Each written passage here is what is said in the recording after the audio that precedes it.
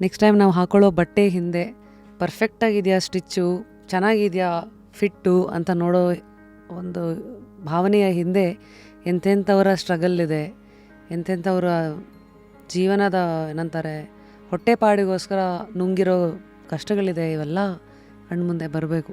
ಟೇಲರ್ಗಳಿಗೆ usually entry point ಸಂಬಳಗಳೇನಿರ್ತಿತ್ತು ಅವತ್ತೆಲ್ಲ ಚೆನ್ನಾಗಿ ಕೆಲಸ ಮಾಡೋರಿಗೆ 1,500, 1,300 ಹಿಂಗೆ. ಓಟಿ ಅಂತ ಕೊಡ್ತಾರೆ, 1.5 ಅಂತ ಕೊಡ್ತಾರೆ. ಅದರಲ್ಲಿ 10 ಅವರ್ ಕೆಲಸ ಮಾಡ್ರೆ 5 ಅವರೇ ಕೊಡೋದು. ಇವಾಗ ಸಂಬಂಧಗಳಿಗೂ ನೋಡೋಕೆ ಹೋಗೋಕ್ಕಾಗಲ್ಲ ಮೇಡಮ್. ಏನಾದ್ರು ಯಾರು ಸತ್ತಿದ್ರೂ ಏನು ಅವಾಗ ಹೋಗ್ಬಿಟ್ಟು ಅವ್ರ ಮುಖ ನೋಡ್ಬಿಟ್ಟು ಬರೋದು ಅಷ್ಟೇ ಹೊರತು ಬೇರೆ ಏನಕ್ಕೂ ಆಗಲ್ಲ. ಅದು ಗಾರ್ಮೆಂಟ್ಸ್ ಜೀವನನೇ ಬೇಡ ಅನಿಸುತ್ತೆ ಒಂದೊಂದು ಸರಿ. ಯಾಕೆಂದರೆ ನೈಟು 3 ಗಂಟೆ ಆಗಲಿ 4 ಗಂಟೆ ಆಗಲಿ ನೀರು ಹಿಡ್ಕೋಬೇಕು, ಬೆಳಗ್ಗೆ ಎದ್ದು ಕೆಲ್ಸಕ್ಕೆ ಹೋಗ್ಬೇಕಲ್ಲ, ಬಟ್ಟೆ ತೊಳ್ಕೊಬೇಕು, ಅಷ್ಟೊತ್ತಿನಲ್ಲೇ ಮಾಡ್ಕೊಳ್ಳೋದು ಎಲ್ಲ ಕೆಲಸ. ಅಯ್ಯಪ್ಪ, ಮತ್ತೆ ಮಾಡ್ಕೊಂಡು ಬೆಳಗ್ಗೆ ಎದ್ದು ಓಡೋಗ್ಬೇಕು, ಮಕ್ಕಳು ರೆಡಿ ಮಾಡಬೇಕು ಅವು ಸ್ಕೂಲಿಗೆ. ಅವ್ರು ಏನು ತಿಂದರು, ಏನು ಮಾಡಿದ್ರು, ಏನು ಮಾಡ್ತಾರೆ ಅಂತ ಗೊತ್ತಿರ್ತಿಲ್ಲ ನನಗೆ. ಬೆಳಗ್ಗೆ ಕೆಲ್ಸಕ್ಕೆ ಹೋದರೆ 6 ಗಂಟೆ 6:15 ಬರುವೆ. ಮಕ್ಕಳು ಏನು ಮಾಡ್ತಿದ್ರು, ಯಾರು ಏನು ನೋಡ್ಕೊತಾರೋ ಗೊತ್ತಿಲ್ಲ.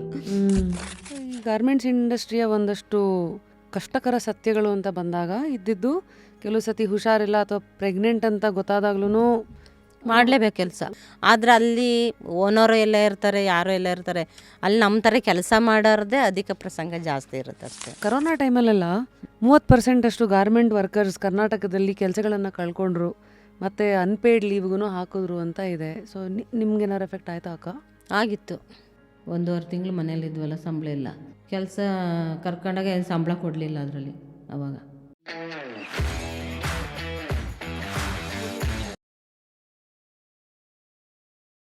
ಕೆಲವರಿಗೆ ಗಡಿಯಾರ ಟಿಕ್ ಟಿಕ್ ಟಿಕ್ ಟಿಕ್ ಅಂತ ಓಡಲ್ಲ, ಸ್ಟಿಚ್ ಸ್ಟಿಚ್ ಸ್ಟಿಚ್ ಸ್ಟಿಚ್ ಅಂತ ಓಡತ್ತೆ. ಈ ಒಂದು ಕ್ಷೇತ್ರದಲ್ಲಿರುವಂತಹ 60% ಅಷ್ಟು 60% ಅಷ್ಟು ಹೆಣ್ಮಕ್ಳು ಮೌನವಾಗಿ ಇಲ್ಲಿ ಕೆಲಸ ಮಾಡಿದ್ರು ಅವ್ರು ಕೆಲಸ ಮಾಡಿರೋ ಬಟ್ಟೆ ಯಾವತ್ತೂ ಸಮಾಜದಲ್ಲಿ ಜೋರಾಗಿ ಮಾತಾಡತ್ತೆ. ಬೆಂಗಳೂರಿನಲ್ಲಿ ಇವತ್ತು 1200ಕ್ಕೂ ಹೆಚ್ಚು ಗಾರ್ಮೆಂಟ್ ಫ್ಯಾಕ್ಟ್ರೀಸ್ ಇದೆ, 5 ಲಕ್ಷಕ್ಕೂ ಹೆಚ್ಚು ವರ್ಕರ್ಸ್ ಇದ್ದಾರೆ. ಅಟ್ ದ ಸೇಮ್ ಟೈಮ್ ಈ ಇಡೀ ಇಂಡಸ್ಟ್ರಿ 3700 crores ಅಷ್ಟು ಪ್ರೊಡಕ್ಷನ್ನ ವರ್ಷದಲ್ಲಿ ನಮ್ಮ ಮಾರ್ಕೆಟ್ಗೆ ಕೊಡುತ್ತೆ. ಅಂದಮೇಲೆ ಇಂತಹ ಒಂದು ಕ್ಷೇತ್ರದಲ್ಲಿರುವಂತಹ ಎಲೆಮರೆಕಾಯಿ 25 ವರ್ಷಗಳ ಕಾಲ ಸತತವಾಗಿ ನಮ್ಮ ಪ್ರೇಮಲೀಲಾ ಅವರು ಗೊರಗುಂಟೆ ಪಾಳ್ಯದ ಗಾರ್ಮೆಂಟ್ಸಿಂದ ಮೊದಲು ಅದನ್ನು ಶಾಲಿನಿ ಗಾರ್ಮೆಂಟ್ಸ್ ಅಂತ, ಆಮೇಲೆ ಅದನ್ನು ಟೆಕ್ ಫಾರ್ ಓವರ್ಸೀಸ್ ಅಂತ ರೀನೇಮ್ ಮಾಡಿದ್ರು.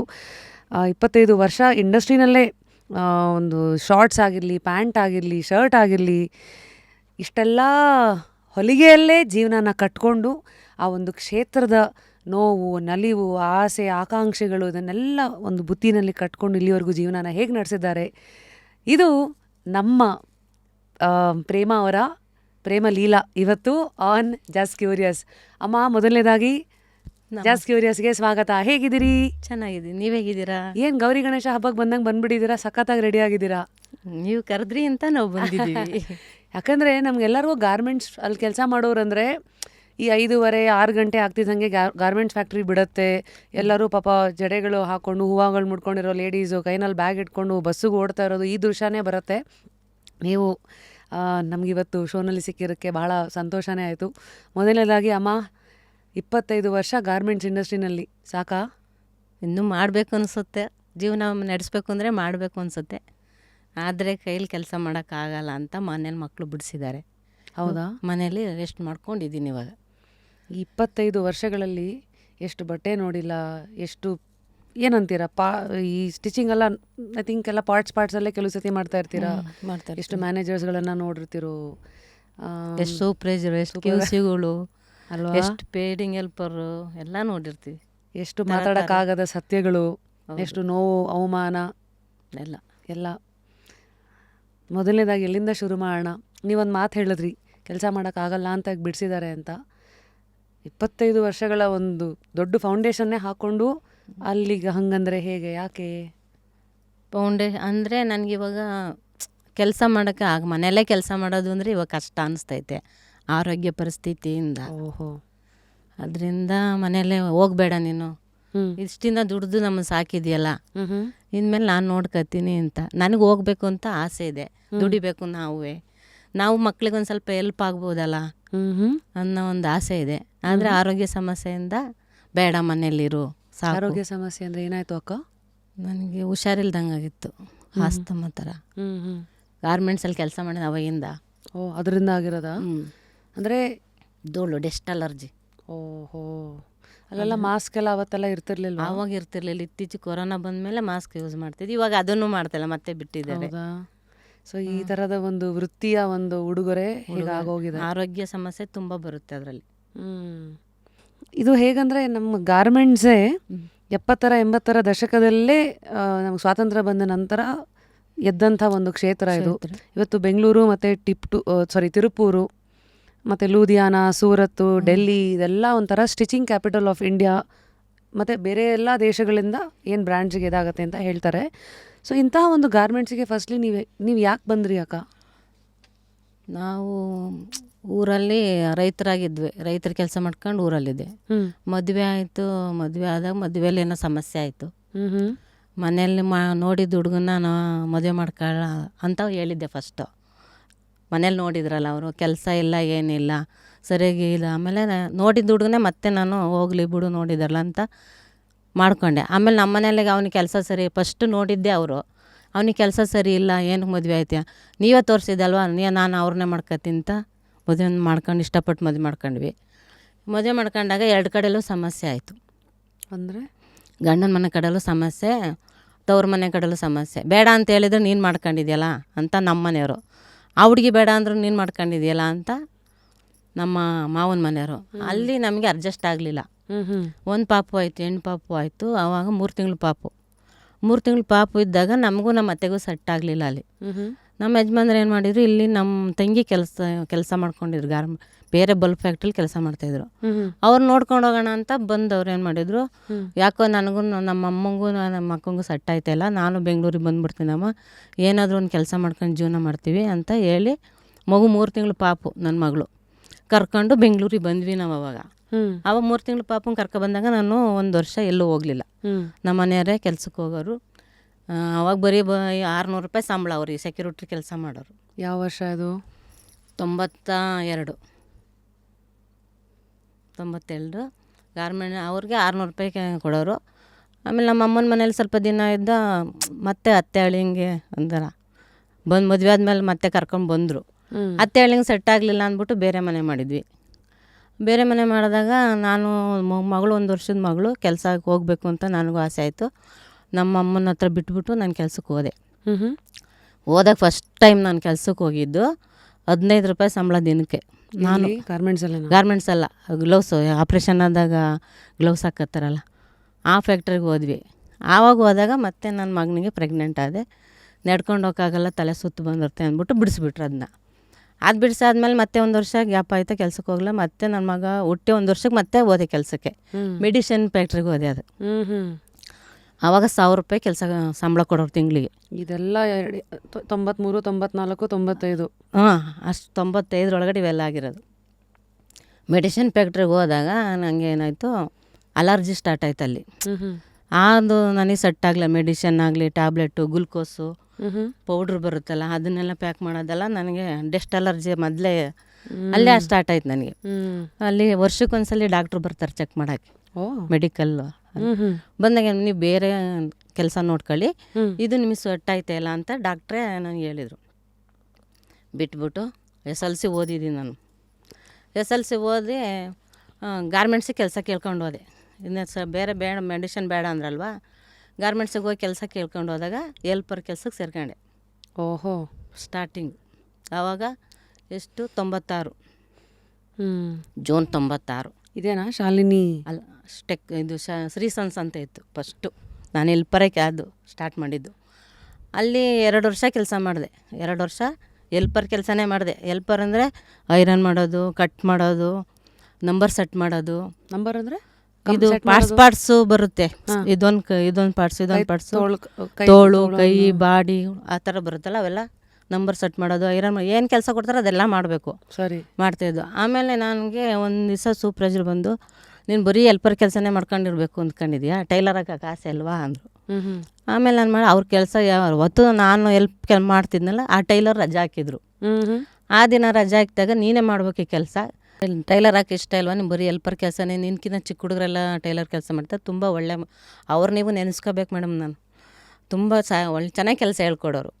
ನಿನಗೆ ನಿನಕಿನ್ನ ಅವರು ಚಂದ್ರಶೇಖರ್ ಅಂತ, ನಿನಕಿನ್ನ ಚಿಕ್ಕ ಹುಡುಗರು ಕೆಲಸ ಮಾಡ್ತೇವೆ, ನೀನು ಅವ್ರ ಹತ್ರ ಹೆಲ್ಪರ್ ಕೆಲಸ ಮಾಡ್ತೀಯಲ್ಲ, ಟೈಲರ್ ಕೆಲಸ ಮಾಡೋಕ್ಕೆ ಇಷ್ಟ ಇಲ್ವ ನಿನಗೆ, ಮಾಡು ಅಂತ. ನಂಗೆ ದಾರ ಹಾಕಕ್ಕೆ ಬರಲ್ಲ, ನನಗೇನು ಬಾಬಿನ್ ಹಾಕಕ್ಕೆ ಬರಲ್ಲ, ಏನು ನಾನು ಹಾಕ್ಕೊಡ್ತೀನಿ ಮಾಡು ಅಂತ. ನಾನು ಹಾಕ್ಕೊಡ್ತೀನಿ, ನಾನು ಸಪೋರ್ಟ್ ಮಾಡ್ತೀನಿ ಮಾಡು ಅಂದರು. ಆಮೇಲೆ ಒಂದು 2 ದಿವಸ ಸಪೋರ್ಟ್ ಮಾಡಿದ್ರು. ಯಾಕೆಂದ್ರೆ ನಾನು ಕೆಲಸ ಕಲಿಬೇಕು ಅಂತ ಅವ್ರು ಬೇಕು ಅಂತ ಬೈಲಿಲ್ಲ. ಕೆಲಸ ಕಲಿಬೇಕು, ನಾನು ಯಾವಾಗಲೂ ಬೇರೆ ಕಡೆ ಕೆಲಸ ನೋಡ್ತೀನಿ, ಯಾವಾಗಲೂ ನಿನಗೆ ಬಾಬಿನ ಹಾಕ್ಕೊಡೋಕೆ ಬರಲ್ಲ, ದಾರ ಕೊಡೋಕೆ ಬರಲ್ಲ, ನೀನು ಒಂದು ಸರಿ ಆಗ್ತಾ ಇರ್ತೀನಿ, ನಾವು ನೋಡ್ಕೊಳಕ್ಕಾಗಲ್ವ ನಿನಗೆ ಅಂದರು. ಆಮೇಲೆ ಸರಿ ಅಂತ ಬೈದ್ರಲ್ಲ ಅಂದ್ಬಿಟ್ಟು ನಾನು ಮತ್ತೆ ಕರೆಯೋಕ್ಕೆ ಹೋಗಲಿಲ್ಲ ಅವ್ರನ್ನ. ನಾನೇ ಹೆಂಗಂಗೋ ಟ್ರೈನ್ ಮಾಡ್ಕೊಂಡು ಕಲ್ತ್ಕೊಂಡು ಕೆಲಸ ಮಾಡಿದೆ, ಟೈಲರ್ ಕೆಲಸ ಮಾಡಿದೆ. ಅದು ಸಿಂಪಲ್ ಕೆಲಸನೇ ಕೊಟ್ಟಿದ್ರು, ಮಾಡಿದೆ. ಆವಾಗಿಂದ ಏನು ಮಾಡಿದರು, ಟೈಲರು ಆ್ಯಂಡ್ ಹೆಲ್ಪರ್ 2 ಕೆಲಸನೂ ಕೊಡೋರು. ಬರೀ 650 ರೂಪಾಯಿ ಸಂಬಳ. ಸರಿ, 650 ರೂಪಾಯಿ ಸಂಬಳ. ಟೈಲರ್ ಕೆಲಸ ಮಾಡಿದ್ರು ನನಗೆ ಹೆಲ್ಪರ್ ಸಂಬಳನೇ ಕೊಟ್ಟರು 1 ವರ್ಷ. ನಾನು ಏನಕ್ಕೆ ಅದು ಮಾಡಿದೆ ಅಂದರೆ, ನನ್ನ ಮಗನ್ನ ಬಿಟ್ಟು ಕೆಲ್ಸಕ್ಕೆ ಹೋಗುವೆ. 1 ವರ್ಷ ಪಾಪು, ಅದು 1 ವರ್ಷ ಅಲ್ಲ 3.5 ವರ್ಷದ ಪಾಪು. ಆ ಪಾಪನ ಬಿಟ್ಟು ಹೋಗುವೆ. ಮಧ್ಯಾಹ್ನ ಟೈಮ್ ಊಟ ತಿನ್ಸಕ್ಕೆ ಬರಬೇಕಿತ್ತು ಅವನಿಗೆ. ದೂರ ಹೋದರೆ ತಿನ್ಸಕ್ಕೆ ಬರೋಕ್ಕಾಗಲ್ಲ, ಇಲ್ಲೇ ಹತ್ರ ಐತಲ್ವಾ, ಎಷ್ಟಾರ ಸಂಬಳ ಕೊಡಲಿ ಅಂದ್ಬಿಟ್ಟು ಹೋಗುವೆ. ಹಾಗೇನಾಯಿತು, ಏಪ್ರಿಲ್ 10ನೇ ತಾರೀಕು ಡೇಟ್ ಗೊತ್ತೆ, 99 ಏನೋ ಇರಬೇಕು, 99. ಆವಾಗೇನಾಯಿತು, ನನ್ನ ಮಗಳಿಗೆ ಸ್ಕೂಲ್ಗೆ ಹಾಕ್ಬೇಕು ಅಂತ, ಇವನು ಸ್ಕೂಲ್ಗೆ ಹಾಕ್ಬೇಕಾಯ್ತು, 5.5 ವರ್ಷಕ್ಕೆ ಹಾಕ್ಬೇಕಿತ್ತಲ್ಲ. ಏನು ಮಾಡ್ತೀವಿ, 2 ತಿಂಗಳು ಅವಳು ನೋಡ್ಕೊತಾಳೆ. ಜೂನಿಂದ ಸ್ಕೂಲ್ಗೆ ಅವನು ಅವಳ ಜೊತೆ ಹೋಯ್ತಾನಲ್ಲ, ಅಷ್ಟರವರೆಗೂ ಬೇರೆ ಕಡೆ ಹೋಗ್ಬಿಡೋಣ ಅಂದ್ಬಿಟ್ಟು ಆವಾಗ ನಾನು ಶಾಲಿನಿ ಬಂದು ಸೇರ್ಕೊಂಡೆ. ಕೆಲಸ ಸಂಬಳ ಜಾಸ್ತಿ ಬರುತ್ತಲ್ಲ, ಮಕ್ಕಳು ಬೇರೆ ಇದ್ದಾವೆ, ಸ್ಕೂಲ್ಗೆ ಹಾಕಬೇಕು ಅಂದ್ಬಿಟ್ಟು ಟೈಲರಾಗಿ ಹೋಗ್ದೆ ಸೇರಿಕೊಂಡೆ ಅಲ್ಲಿ. ಸೊ ಟೇಲರ್ಗಳಿಗೆ ಯೂಶಲಿ ಎಂಟ್ರಿ ಪಾಯಿಂಟ್ ಸಂಬಳಗಳೇನಿರ್ತಿತ್ತು ಅವತ್ತೆಲ್ಲ ಚೆನ್ನಾಗಿ ಕೆಲಸ ಮಾಡೋರಿಗೆ 1,500, 1,300 ಹಿಂಗೆ. ನನಗೆ 1,200 ಕೊಟ್ಟರು ಶಾಲಿನಿಗೆ ಹೋಗಿ ಸೇರ್ಕೊಂಡಾಗ. ಆಮೇಲೆ ಹಂಗೆ ಕೆಲಸ ಮಕ್ಕಳದು ಅವಾಗೆಲ್ಲ ತುಂಬ ಸಮಸ್ಯೆ. ಅಂದರೆ ಏನು ಸಮಸ್ಯೆ? ನೀರಿನ ಸಮಸ್ಯೆ ಮುಖ್ಯ. ಮನೆಗಳಲ್ಲೂ. ಯಾಕೆಂದರೆ ನೈಟು 3 ಗಂಟೆ ಆಗಲಿ 4 ಗಂಟೆ ಆಗಲಿ ನೀರು ಹಿಡ್ಕೋಬೇಕು, ಬೆಳಗ್ಗೆ ಎದ್ದು ಕೆಲ್ಸಕ್ಕೆ ಹೋಗ್ಬೇಕಲ್ಲ, ಬಟ್ಟೆ ತೊಳ್ಕೊಬೇಕು, ಅಷ್ಟೊತ್ತಿನಲ್ಲೇ ಮಾಡ್ಕೊಳ್ಳೋದು ಎಲ್ಲ ಕೆಲಸ. ಅಯ್ಯಪ್ಪ, ಮತ್ತೆ ಮಾಡ್ಕೊಂಡು ಬೆಳಗ್ಗೆ ಎದ್ದು ಓಡೋಗ್ಬೇಕು, ಮಕ್ಕಳು ರೆಡಿ ಮಾಡಬೇಕು, ಅವು ಸ್ಕೂಲಿಗೆ, ಅವು ತಿಂತಾವೋ ಬಿಡ್ತಾವೋ ಗೊತ್ತಿಲ್ಲ, ಹೋಗಬೇಕು. ತುಂಬ ಅವ್ರೇನು ತಿಂದರು, ಏನು ಮಾಡಿದ್ರು, ಏನು ಮಾಡ್ತಾರೆ ಅಂತ ಗೊತ್ತಿರ್ತಿಲ್ಲ ನನಗೆ. ಬೆಳಗ್ಗೆ ಕೆಲ್ಸಕ್ಕೆ ಹೋದರೆ 6 ಗಂಟೆ 6:30 ಬರುವೆ. ಮಕ್ಕಳು ಏನು ಮಾಡ್ತಿದ್ರು, ಯಾರು ಏನು ನೋಡ್ಕೋತಾರೋ ಗೊತ್ತಿಲ್ಲ. ನೊಂದ್ಕೋಬೇಡಿ, ತುಂಬ ದೂರ ಬಂದಿದ್ದೀರಾ, ಕೆಲವುದೆಲ್ಲ ತ್ಯಾಗಗಳು ಮಾಡಬೇಕಾಗತ್ತೆ. ಅಂದರೆ ಎಲ್ಲದಕ್ಕೂ ಒಂದು ಬೆಲೆ ಅಂತ ತೆತ್ತಿರ್ತೀರಿ. ಮಕ್ಕಳನ್ನ ಎಲ್ಲಿ ಕರ್ಕೊಂಡು ಹೋಗ್ಬೇಕು ಅಂದರೆ ಕರ್ಕೊಂಡು ಹೋಗೋಕ್ಕಾಗಲ್ಲ ಮೇಡಮ್. ಗಾರ್ಮೆಂಟ್ಸ್ ಕೆಲ್ಸಕ್ಕೆ ಹೋದರೆ ಒಂದು ಸಂಬಂಧಗಳ್ಗೆ ಹೋಗೋಕ್ಕಾಗಲ್ಲ, ಒಂದು ಮದುವೆ ಫಂಕ್ಷನ್ಗೆ ಕರೆದ್ರೂ ಹೋಗ್ಕಾಯ್ತಿರಲಿಲ್ಲ. ಯಾಕೆಂದ್ರೆ ಇಲ್ಲಿ ರಜಾ ಹಾಕಿದ್ರೆ ಬೇರೆ ಕೆಲಸ ಕೊಡ್ತಾನೆ, ಮಾಡೋಕ್ಕಾಗಲ್ಲ. ಅಂದರೆ ರಜಾ ಹಾಕಿದ್ರೆ ಬೇರೆ ಕೆಲಸಕ್ಕೆಲ್ಲ ಹಾಕ್ಬಿಡ್ತಾರ? ನಾ ಉದಾಹರಣೆ ಅಂದರೆ ಇವಾಗ ನಾನು ಒಂದು ಪ್ಯಾಂಟ್ ತಗೊಂಡ್ರೆ ಜುಪ್ಪು ಅಂತ ಬರುತ್ತಲ್ವ, ಆ ಜುಪ್ಪು ನನಗೆ ನಾನು ಮಾಡ್ತಾಯಿದ್ದ ಕೆಲಸ. ಇದೇ ಮಾಡ್ತಾ ಇರ್ತಾಳಲ್ಲ, ತಡಿಯೋಳ್ರಿ ಬೇಕು ಅಂತ ರಜಾ ಹಾಕಿರೋದು. ಇವಾಗ ಬೇರೆ ಕೆಲಸ ಕೊಟ್ಟರೆ ಮಾಡೋಕ್ಕಾಗಲ್ಲ, ಮನಸ್ಸಿಗೆ ಬಂದಾಗ ಬೈಕೋಬೋದು. ಟಾರ್ಗೆಟ್ ಮಾಡ್ತಾರಾ? ಟಾರ್ಗೆಟು ಮಾಡ್ತಾರೆ. ಆಮೇಲೆ ಮಕ್ಕಳ ಹತ್ರ ಎಲ್ಲಾದರೂ ಟೈಮ್ ಸ್ಪೆಂಡ್ಗಳು ಮಾಡೋಕ್ಕಾಗಲ್ಲ. ಅವ್ರ ಸ್ಕೂಲ್ ಹತ್ರ ಹೋಗಿ ವಿಚಾರ್ಸೋಕ್ಕೂ ಆಗಲ್ಲ ನಮ್ಗಳಿಗೆ. ಯಾಕೆಂದರೆ ಶನಿವಾರ ಭಾನುವಾರ ನಾವು ಭಾನುವಾರ ರಜೆ, ಕೆಲ್ಸಕ್ಕೆ ರಜೆ ಇದ್ದರೆ ಸ್ಕೂಲ್ಗೂ ರಜೆ ಇರುತ್ತೆ. ಇನ್ನು ನಮಗೆ ಯಾವಾಗ ಗೌರ್ಮೆಂಟ್ ರಜೆ ಒಂದು ದಿವಸ ಅವಾಗ ಸ್ಕೂಲಿಗೆ ರಜೆ ಇರುತ್ತೆ. ಮಕ್ಕಳು ಓದಿದ್ರ ತಿಂದ್ರ ಹೆಂಗೆ ಓದ್ತಾ ಇದ್ದಾರೆ ಏನು ಕೇಳೋಕ್ಕಾಗಲ್ಲ. ತುಂಬ ಕಷ್ಟ, ಗಾರ್ಮೆಂಟ್ಸ್ ಜೀವನ ಕಷ್ಟ. ಅಂದರೆ ಈ ಕಡೆ ಜೀವನಕ್ಕೋಸ್ಕರ ಹೊಟ್ಟೆಪಾಡಿಗೆ ಹೊಡೆದಾಡೋದ, ಅಥವಾ ಆಗಲೇ ಹುಟ್ಟಿಸಿರೋವರ ಒಂದು ಶ್ರೇಯಸ್ಸಿಗೆ ಇವೆಲ್ಲ ತ್ಯಾಗಗಳು ಮಾಡಿ ಅವ್ರು ಚೆನ್ನಾಗಿರಲಿ ಅಂತ? ಇವಾಗ ಸಂಬಂಧಗಳಿಗೂ ನೋಡೋಕೆ ಹೋಗೋಕ್ಕಾಗಲ್ಲ ಮೇಡಮ್. ಏನಾಗ್ರಿ ಯಾರು ಸತ್ತಿದ್ರೂ ಏನು ಅವಾಗ ಹೋಗ್ಬಿಟ್ಟು ಅವ್ರ ಮುಖ ನೋಡ್ಬಿಟ್ಟು ಬರೋದು ಅಷ್ಟೇ ಹೊರತು ಬೇರೆ ಏನಕ್ಕೂ ಆಗಲ್ಲ. ಅದು ಗಾರ್ಮೆಂಟ್ಸ್ ಜೀವನನೇ ಬೇಡ ಅನಿಸುತ್ತೆ ಒಂದೊಂದು ಸರಿ. ಅಂದರೆ ಜೀವನ ಕೊಟ್ಟೈತೆ, ಅದು ಎಷ್ಟೋ ಜನಗಳು ಜೀವನ ಕೊಟ್ಟೈತೆ, ನಿಜ. ಅಂದರೆ ಎಷ್ಟೋ ಜನ ಅದರಲ್ಲಿ ಜೀವನ ಮಾಡ್ತಾಯಿದ್ದಾರೆ, ಮಾಡ್ತಾಯಿಲ್ಲ ಅಂತಲ್ಲ. ಆದರೆ ಅದನ್ನು ಫೇಸ್ ಮಾಡೋದು ತುಂಬಾ ಕಷ್ಟ. ಈಗ ಸಂಬಂಧಿಕರು ಏನಂತಾರೆ, ಒಂದು ಹಬ್ಬಕ್ಕೆ ಬರೋಲ್ಲ, ಒಂದು ಮದುವೆಗಳಿಗೆ ಬರೋಲ್ಲ, ಒಂದು ಏನಕ್ಕೂ ಬರೋಲ್ಲ, ಯಾವಾಗಲೂ ಕೆಲಸ ಅದೇನು ಗೌರ್ಮೆಂಟ್ ಕೆಲಸನಾ, ಗಾರ್ಮೆಂಟ್ಸ್ಗೆ ಹೋಗ್ತಾಳೆ, ಅದನ್ನು ಕೆಲಸಕ್ಕೆ ರಜಾಗೆ ಬರೋಕ್ಕಾಗಲ್ವಾ ಎಲ್ಲ ಅಂತಾರೆ. ತುಂಬ ಕಷ್ಟ ಇರುತ್ತೆ ಜೀವನದಲ್ಲಿ ಅನ್ನೋರ್ಗೇನಲ್ವಾ. ಐ ಥಿಂಕ್ ಅದಕ್ಕೆ ನಾವು ಸೊಪ್ಪು ಹಾಕ್ಬೇಕಾ ಅಥವಾ ಅಯ್ಯೋ ನಮ್ದು ನಮಗೆ ಅಂತ. ಐ ಥಿಂಕ್ ನೀವು ಅದನ್ನ ಮುಂದಕ್ಕೆ ಹೋಗಿರ್ತೀರ, ಹೋಗಿದ್ವಿ. ಸೊಪ್ಪು ಹಾಕಬೇಕೋ ಅಷ್ಟು, ಇಲ್ಲಾಂದರೆ 25 ವರ್ಷ ಬಹುಶಃ ನೀವು ಅಲ್ಲಿ ನಿಲ್ತಾ ಇರಲಿಲ್ಲ. ಅವಾಗಿಂದ ಕೆಲಸ ಕಷ್ಟ ಆಗಲಿ ಸುಖ ಆಗಲಿ ಗಾರ್ಮೆಂಟ್ಸಲ್ಲಿ ಜೀವನ ಮಾಡ್ಕೊಂಡು ಬಂದಿದ್ದೀವಿ. ಎಲ್ರಿಗೂ ನಮಸ್ಕಾರ. ರಾಧಾಬಾಯಿ ರ್ಯಾಪಿಡ್ ರಶ್ಮಿ. ಇದು ಒಂದು ಎಥ್ನಿಕ್ ಸ್ಟುಡಿಯೋ. ವೆಬ್ಸೈಟಲ್ಲಿ ಇರುವಂಥ ಎಲ್ಲ ಒಂದು ಕಲೆಕ್ಷನ್ಸು ನಾನು ಕ್ಯೂರೇಟ್ ಮಾಡಿರುವಂಥ it is my style statement there is something that reflects you. ನಿಮ್ಮ ರಾಧಾ ವೆಬ್ಸೈಟ್ ಲೈವ್ ಆಗಿದೆ, ಖಂಡಿತ ಹೋಗಿ ಎಕ್ಸ್ಪ್ಲೋರ್ ಮಾಡಿ. ಅಂದರೆ ಇವತ್ತು ಸದ್ಯಕ್ಕೊಂದು 25 ವರ್ಷದ ನಂತರ ಬ್ರೇಕ್ ಹಾಕಿದ್ದೀರಲ್ವಾ, ಇವತ್ತು ಇಷ್ಟು ವರ್ಷ ಏನಾಗಿದೆ, ಅಲ್ಲಿಂದ ಇಲ್ಲಿವರೆಗೂ ಗಾರ್ಮೆಂಟ್ಸು ಹೇಗೆ ಬದಲಾಗಿದೆ ನಮ್ಮ ಭಾರತದಲ್ಲಿ?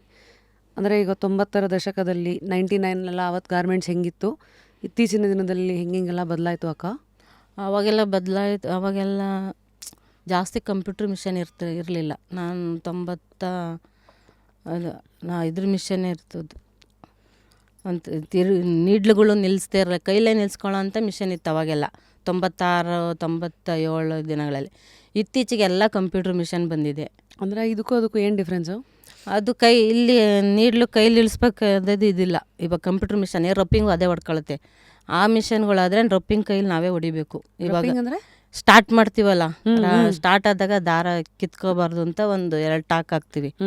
ಮತ್ತು ಎಂಡಿಂಗ್ ಆದಾಗಲೂ ಟಾಕ್ ಹಾಕುತ್ತೆ. ಅದು ಕೈಲೇ ಮಾಡಬೇಕಾಗಿತ್ತು.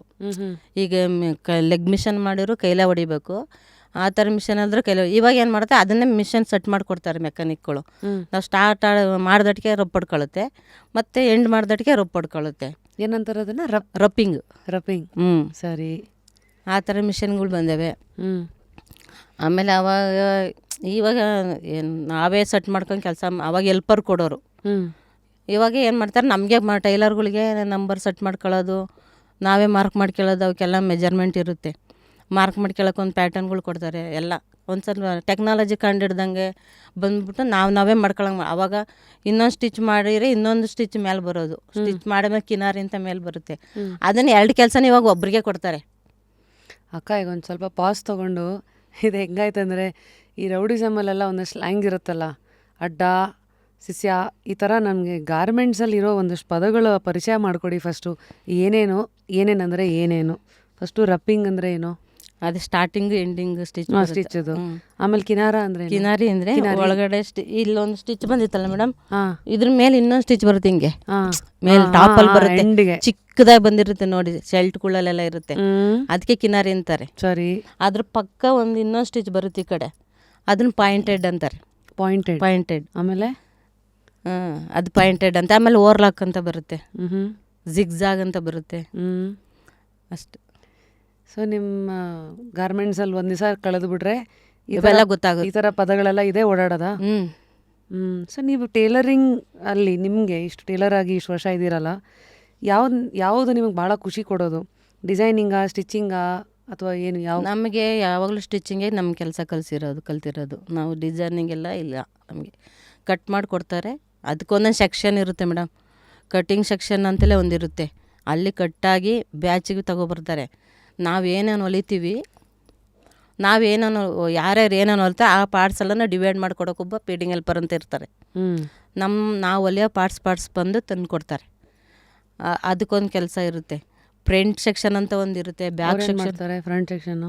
ಫ್ರಂಟ್ ಸೆಕ್ಷನಲ್ಲಿ ಈ ಮುಂಭಾಗದ ಮಾತ್ರ ಮಾಡೋದು. ಅಲ್ಲಿ ಏನೇನು ಕೆಲಸ ಬರುತ್ತೆ ಅದನ್ನೆಲ್ಲ ಮಾಡಬೇಕು.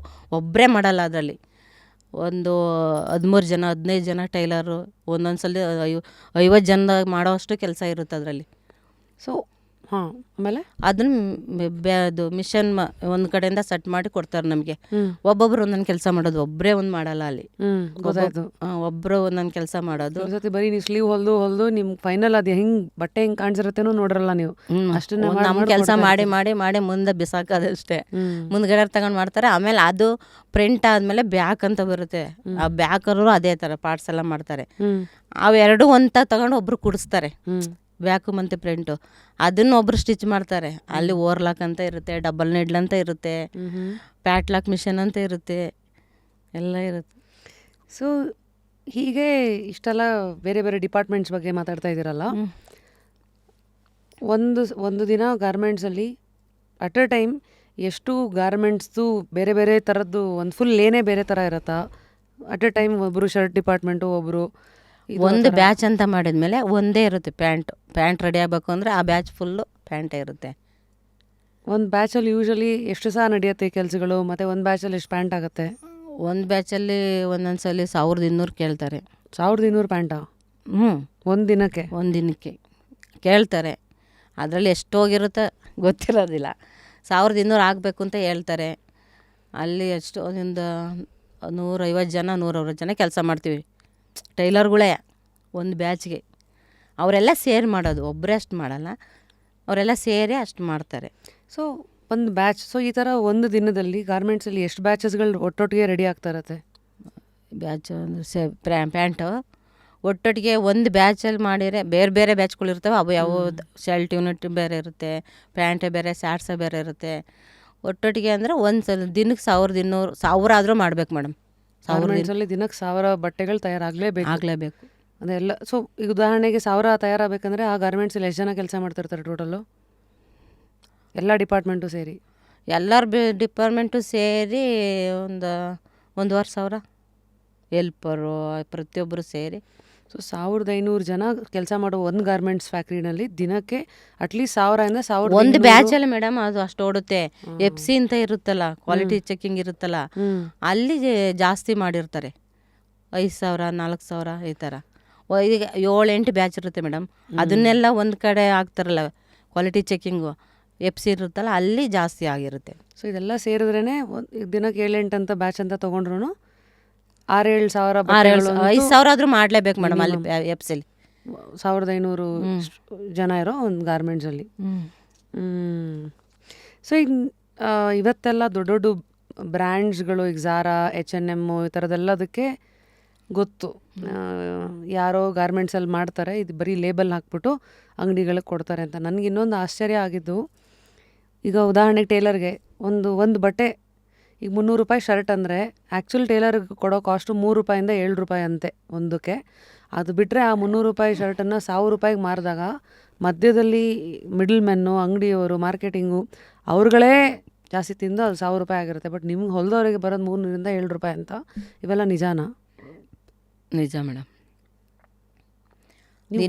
ನಾನು 96ರಿಂದ ಕೆಲಸ ಮಾಡಿ ಇವಾಗ ನನ್ನ ಕೆಲಸ 21ರಲ್ಲಿ ಬಿಟ್ಟನಲ್ಲ, 2021ರಲ್ಲಿ. ಅವಾಗ ನಂಗೆ ಸಂಬಳ ಬಂದಿದ್ದು 10,000 ರೂಪಾಯಿ. ದಿನಕ್ಕೆ 400 ಚಿಲ್ಲರೆ ಬಿರೋದಷ್ಟೆ. 435 ಏನೋ ಸಂಬಳ 21ರಲ್ಲೂ. 2021ರಲ್ಲಿ ದಿನಕ್ಕೆ 400 ರೂಪಾಯಿನ? 435 ಇರಬೇಕು, ಮರ್ತಿದ್ದೀನಿ. ಕಷ್ಟದ ಕೆಲಸ, ಕಷ್ಟ. ಗಾರ್ಮೆಂಟ್ಸಲ್ಲಿ ಇವಾಗ್ಲೂ ಈಗ ಎಷ್ಟೈತ ಗೊತ್ತಿಲ್ಲ, 12,000 ಇರ್ಬೋದೇನೋ ಇದ್ದರೆ. ಬಹುಶಃ ನಾನೇನು ಅವ್ರನ್ನ ಹೋಗಿ ಎಲ್ಲೂ ಕೇಳಿಲ್ಲ ಯಾರನ್ನೂ ಎಷ್ಟು ಸಂಬಳ ಅಂತ. 12 ಇರ್ಬೋದು ಅನ್ಕೋತೀನಿ ಇವಾಗ. ಮತ್ತು ನಿಮ್ಗೆ ಟೈಮ್ ಎಲ್ಲ ಯೂಶಲಿ ಹೆಂಗೆ ಅಂದರೆ? ಬೆಳಗ್ಗೆ 9ರಿಂದ ಸಂಜೆ 5:30. ಇದರಲ್ಲಿ ಲಂಚ್ ಬ್ರೇಕ್ ಹೆಂಗೆ ಕೊಡ್ತಾರೆ? Lunch break batch by batch ಬಿಡ್ತಾರೆ. 12:15 ಸ್ಟಾರ್ಟ್ ಆದರೆ 1:30ಗೆ ಎಂಡಿಂಗು. 12:15 12:45 ಒಂದು ಬ್ಯಾಚು, 12:45 1:30ಗೆ ಒಂದು ಬ್ಯಾಚು, ಈ ಥರ. ಮತ್ತು ಎಷ್ಟಾಯಿತು 9ರಿಂದ 5:30 ಅಂತಂದರೆ? ಹಾಫ್ ಆನ್ ಅವರ್ ಊಟಕ್ಕೆ ಬಿಟ್ಟಿರ್ತಾರಲ್ವ, ಅದನ್ನು 5:30ವರೆಗೂ ಮಾಡ್ತೀವಿ. ಇನ್ನು ಟೀ ಟೈಮು ಅದೆಲ್ಲ ಇಲ್ಲ, ಊಟಕ್ಕೆ ಬಿಡೋದಷ್ಟೇ. ಸೊ ನಿಮಗೆ ವಾಶ್ರೂಮಿಗೆ ಬೇಕು ಅಂದರೆ ನಾವು ಹೋಗ್ಬಿಟ್ಟು ಬೇಗ ಹೋಗ್ಬಿಟ್ಟು ಬಂದು ವಾಶ್ರೂಮ್ಗೆ ಹೋಗ್ಬಿಟ್ಟು ಬಂದು ಮತ್ತೆ ಕೆಲಸ ಸ್ಟಾರ್ಟ್ ಮಾಡಬೇಕು.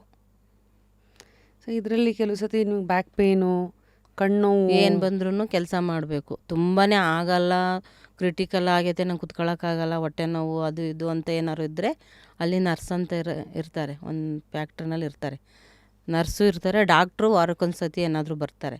ಅಲ್ಲೋಗಿ ರೆಸ್ಟ್ ಮಾಡ್ಬೋದು, ಮಾತ್ರೆನೂ ಕೊಡ್ತಾರೆ. ನರ್ಸ್ ಯಾವಾಗಲೂ ಇರ್ತಾರೆ? ನಮ್ಮ ಫ್ಯಾಕ್ಟ್ರಿಲಿ ಇರೋರು. ಶಾಲಿನಿಂದ TO5 ಆಯ್ತಲ್ಲ, ಅವಾಗಿಂದ ನರ್ಸು ಇರೋರು.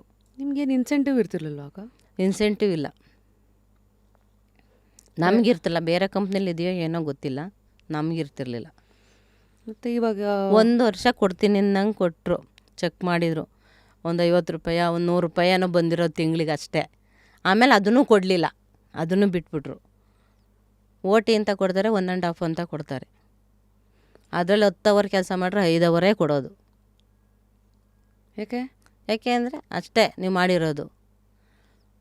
ಕಾರ್ಡ್ ಪಂಚ್ ಆದಾಗಿಲ್ಲ, ನೀವು ಪಂಚ್ ಮಾಡಿ ಹೋಗಿಲ್ಲ, ಫೀಡಿಂಗ್ ಹೆಲ್ಪರ್ ಏನೋ ಬರ್ದಿಲ್ಲ, ಹಿಂಗೆಲ್ಲ ಹೇಳೋರು. ಇವೆಲ್ಲ ಹೇಳಿ ಸುಮ್ಮನೆ ನೀವು ಹೊಟ್ಟೆಗೆ ಹಾಕೋಬೇಕು ಇವೆಲ್ಲ. ಅಷ್ಟೇ ಹೊಟ್ಟೆಗೆ ಹಾಕೋಬೇಕಷ್ಟೇ. ವಾದ ಮಾಡೋಕ್ಕಾಗಲ್ಲ. ಯಾರ ಹತ್ರ ವಾದ ಮಾಡ್ತೀರಾ? ಸೂಪ್ರೈಸ್ರಿಗೆ ಕೇಳಿದ್ರೆ ನೀವು ಪ್ರೊಡಕ್ಷನ್ ಮಾಡಿಲ್ಲ, ನಿಮಗೆ ಪ್ರೊಡಕ್ಷನ್ ನಾವು ಕೇಳಿದಷ್ಟು ಪ್ರೊಡಕ್ಷನ್ ಮಾಡಿದ್ದೀರ ನೀವು, ಅದಕ್ಕೆ ಓಸಿ ಮಾಡಿಸಿದ್ದೀವಿ. ಹಂಗಿಲ್ಲ. ಒಬ್ಬರು ಕೇಳಿದರೆ ಇವಾಗ ನಾನೇ ಕೇಳಿದ್ದೀನಿ, ಯಾಕೆ ಈ ಥರ. ಈಗ ಒಂದು ಹುಡುಗಿನ ಬೈದರು, ನಾನು ಇಲ್ಲಿ ಕೂತಿದ್ದೆ, ಒಂದು ಹುಡುಗಿ ಇಲ್ಲಿ ನಿಂತಿತ್ತು, ಹುಷಾರಿಲ್ಲ ಅಂದರು. ಹೋಗಿದ್ದೆ ಹೊಟ್ಟೆಗೆ ತಳ್ಬಿಟ್ಟ ಟೇಬಲ್ ಹೋಗಿ ಹೊಟ್ಟೆಗೆ ಹೊಡಿತು. ಏನು ಸರ್ ದೈಹಿಕವಾಗೆಲ್ಲ ಹಿಂಗೆಲ್ಲ ದಾಳಿ ಮಾಡ್ತಾರೆ. ತಳ್ಳಿದಕ್ಕೆ ನಾನು ಅವ್ರು ಕೇಳಲಿಲ್ಲ, ನಾನು ಕೇಳಿದೆ, ಏನು ಆ ಥರ ತಳ್ಳಿದ್ರಲ್ಲ, ಏನಾದ್ರು ಹೆಚ್ಚು ಕಮ್ಮಿ ಆದರೆ ಏನಾಗುತ್ತೆ ಅಂದರೆ ಅದನ್ನೇ ಸೈಡ್ ಇಟ್ಕೊಂಡು ನನ್ನ ಆ ಬೆಚ್ಚಿಂದ ಬೇರೆ ಬೆಚ್ಚಿಗೆ ಹಾಕಿದ್ರು, ಜಗಳ ಮಾಡಿ. ಆ ಥರ ಗಾರ್ಮೆಂಟ್ಸಲ್ಲಿ ಟಾರ್ಚರು ಇದೆ. ಏನಾದರೂ ಕೇಳೋಂಗಿಲ್ಲ ಅಲ್ಲಿ. ಯಾರಾದರೂ ಕೇಳಿದ್ರೆ ಅವ್ರವರೇ ಎಲ್ಲ ಒಟ್ಟಾಗ್ಬಿಟ್ಟು ನಾವು ಇವಳಿಗೆ ಬೇರೆ ಕೆಲಸ ಕೊಡಬೇಕು, ಬೇರೆ ಕೆಲಸ ಕೊಟ್ಬಿಟ್ಟು ಟಾರ್ಚರ್ ಮಾಡಬೇಕು, ಟಾರ್ಗೆಟು. ಮತ್ತದು ಏನಕ್ಕ ಇವೆಲ್ಲ ಗಾರ್ಮೆಂಟ್ಸಲ್ಲಿ ಭಾರಿ ಇದೆ ಮೇಡಮ್. ಆದರೆ ಹೇಳ್ಕೊಳ್ಳಲ್ಲ. ಯಾರು ಹೇಳ್ಕೊಂಡ್ರೆ ಇವಾಗ ನಾಳೆ ಕೆಲ್ಸಕ್ಕೆ ಬರಬೇಡ ಅಂತಾರೆ, ಬೇರೆ ಕಡೆ ಹೋದರೆ ನಮಗೆ ಕೆಲ್ಸಕ್ಕೆ ತೊಗೊಳ್ಳಲ್ಲ ಅನ್ನೋದೊಂದು ಭಯ ಇರುತ್ತೆ ಅವರಿಗೆ. ಕೇಳೋಕ್ಕೂ ಧೈರ್ಯ ಇರಲ್ಲ, ಕೇಳಿದರೂ ಸಪೋರ್ಟು ಮಾಡೋಂಗೂ ಇಲ್ಲ.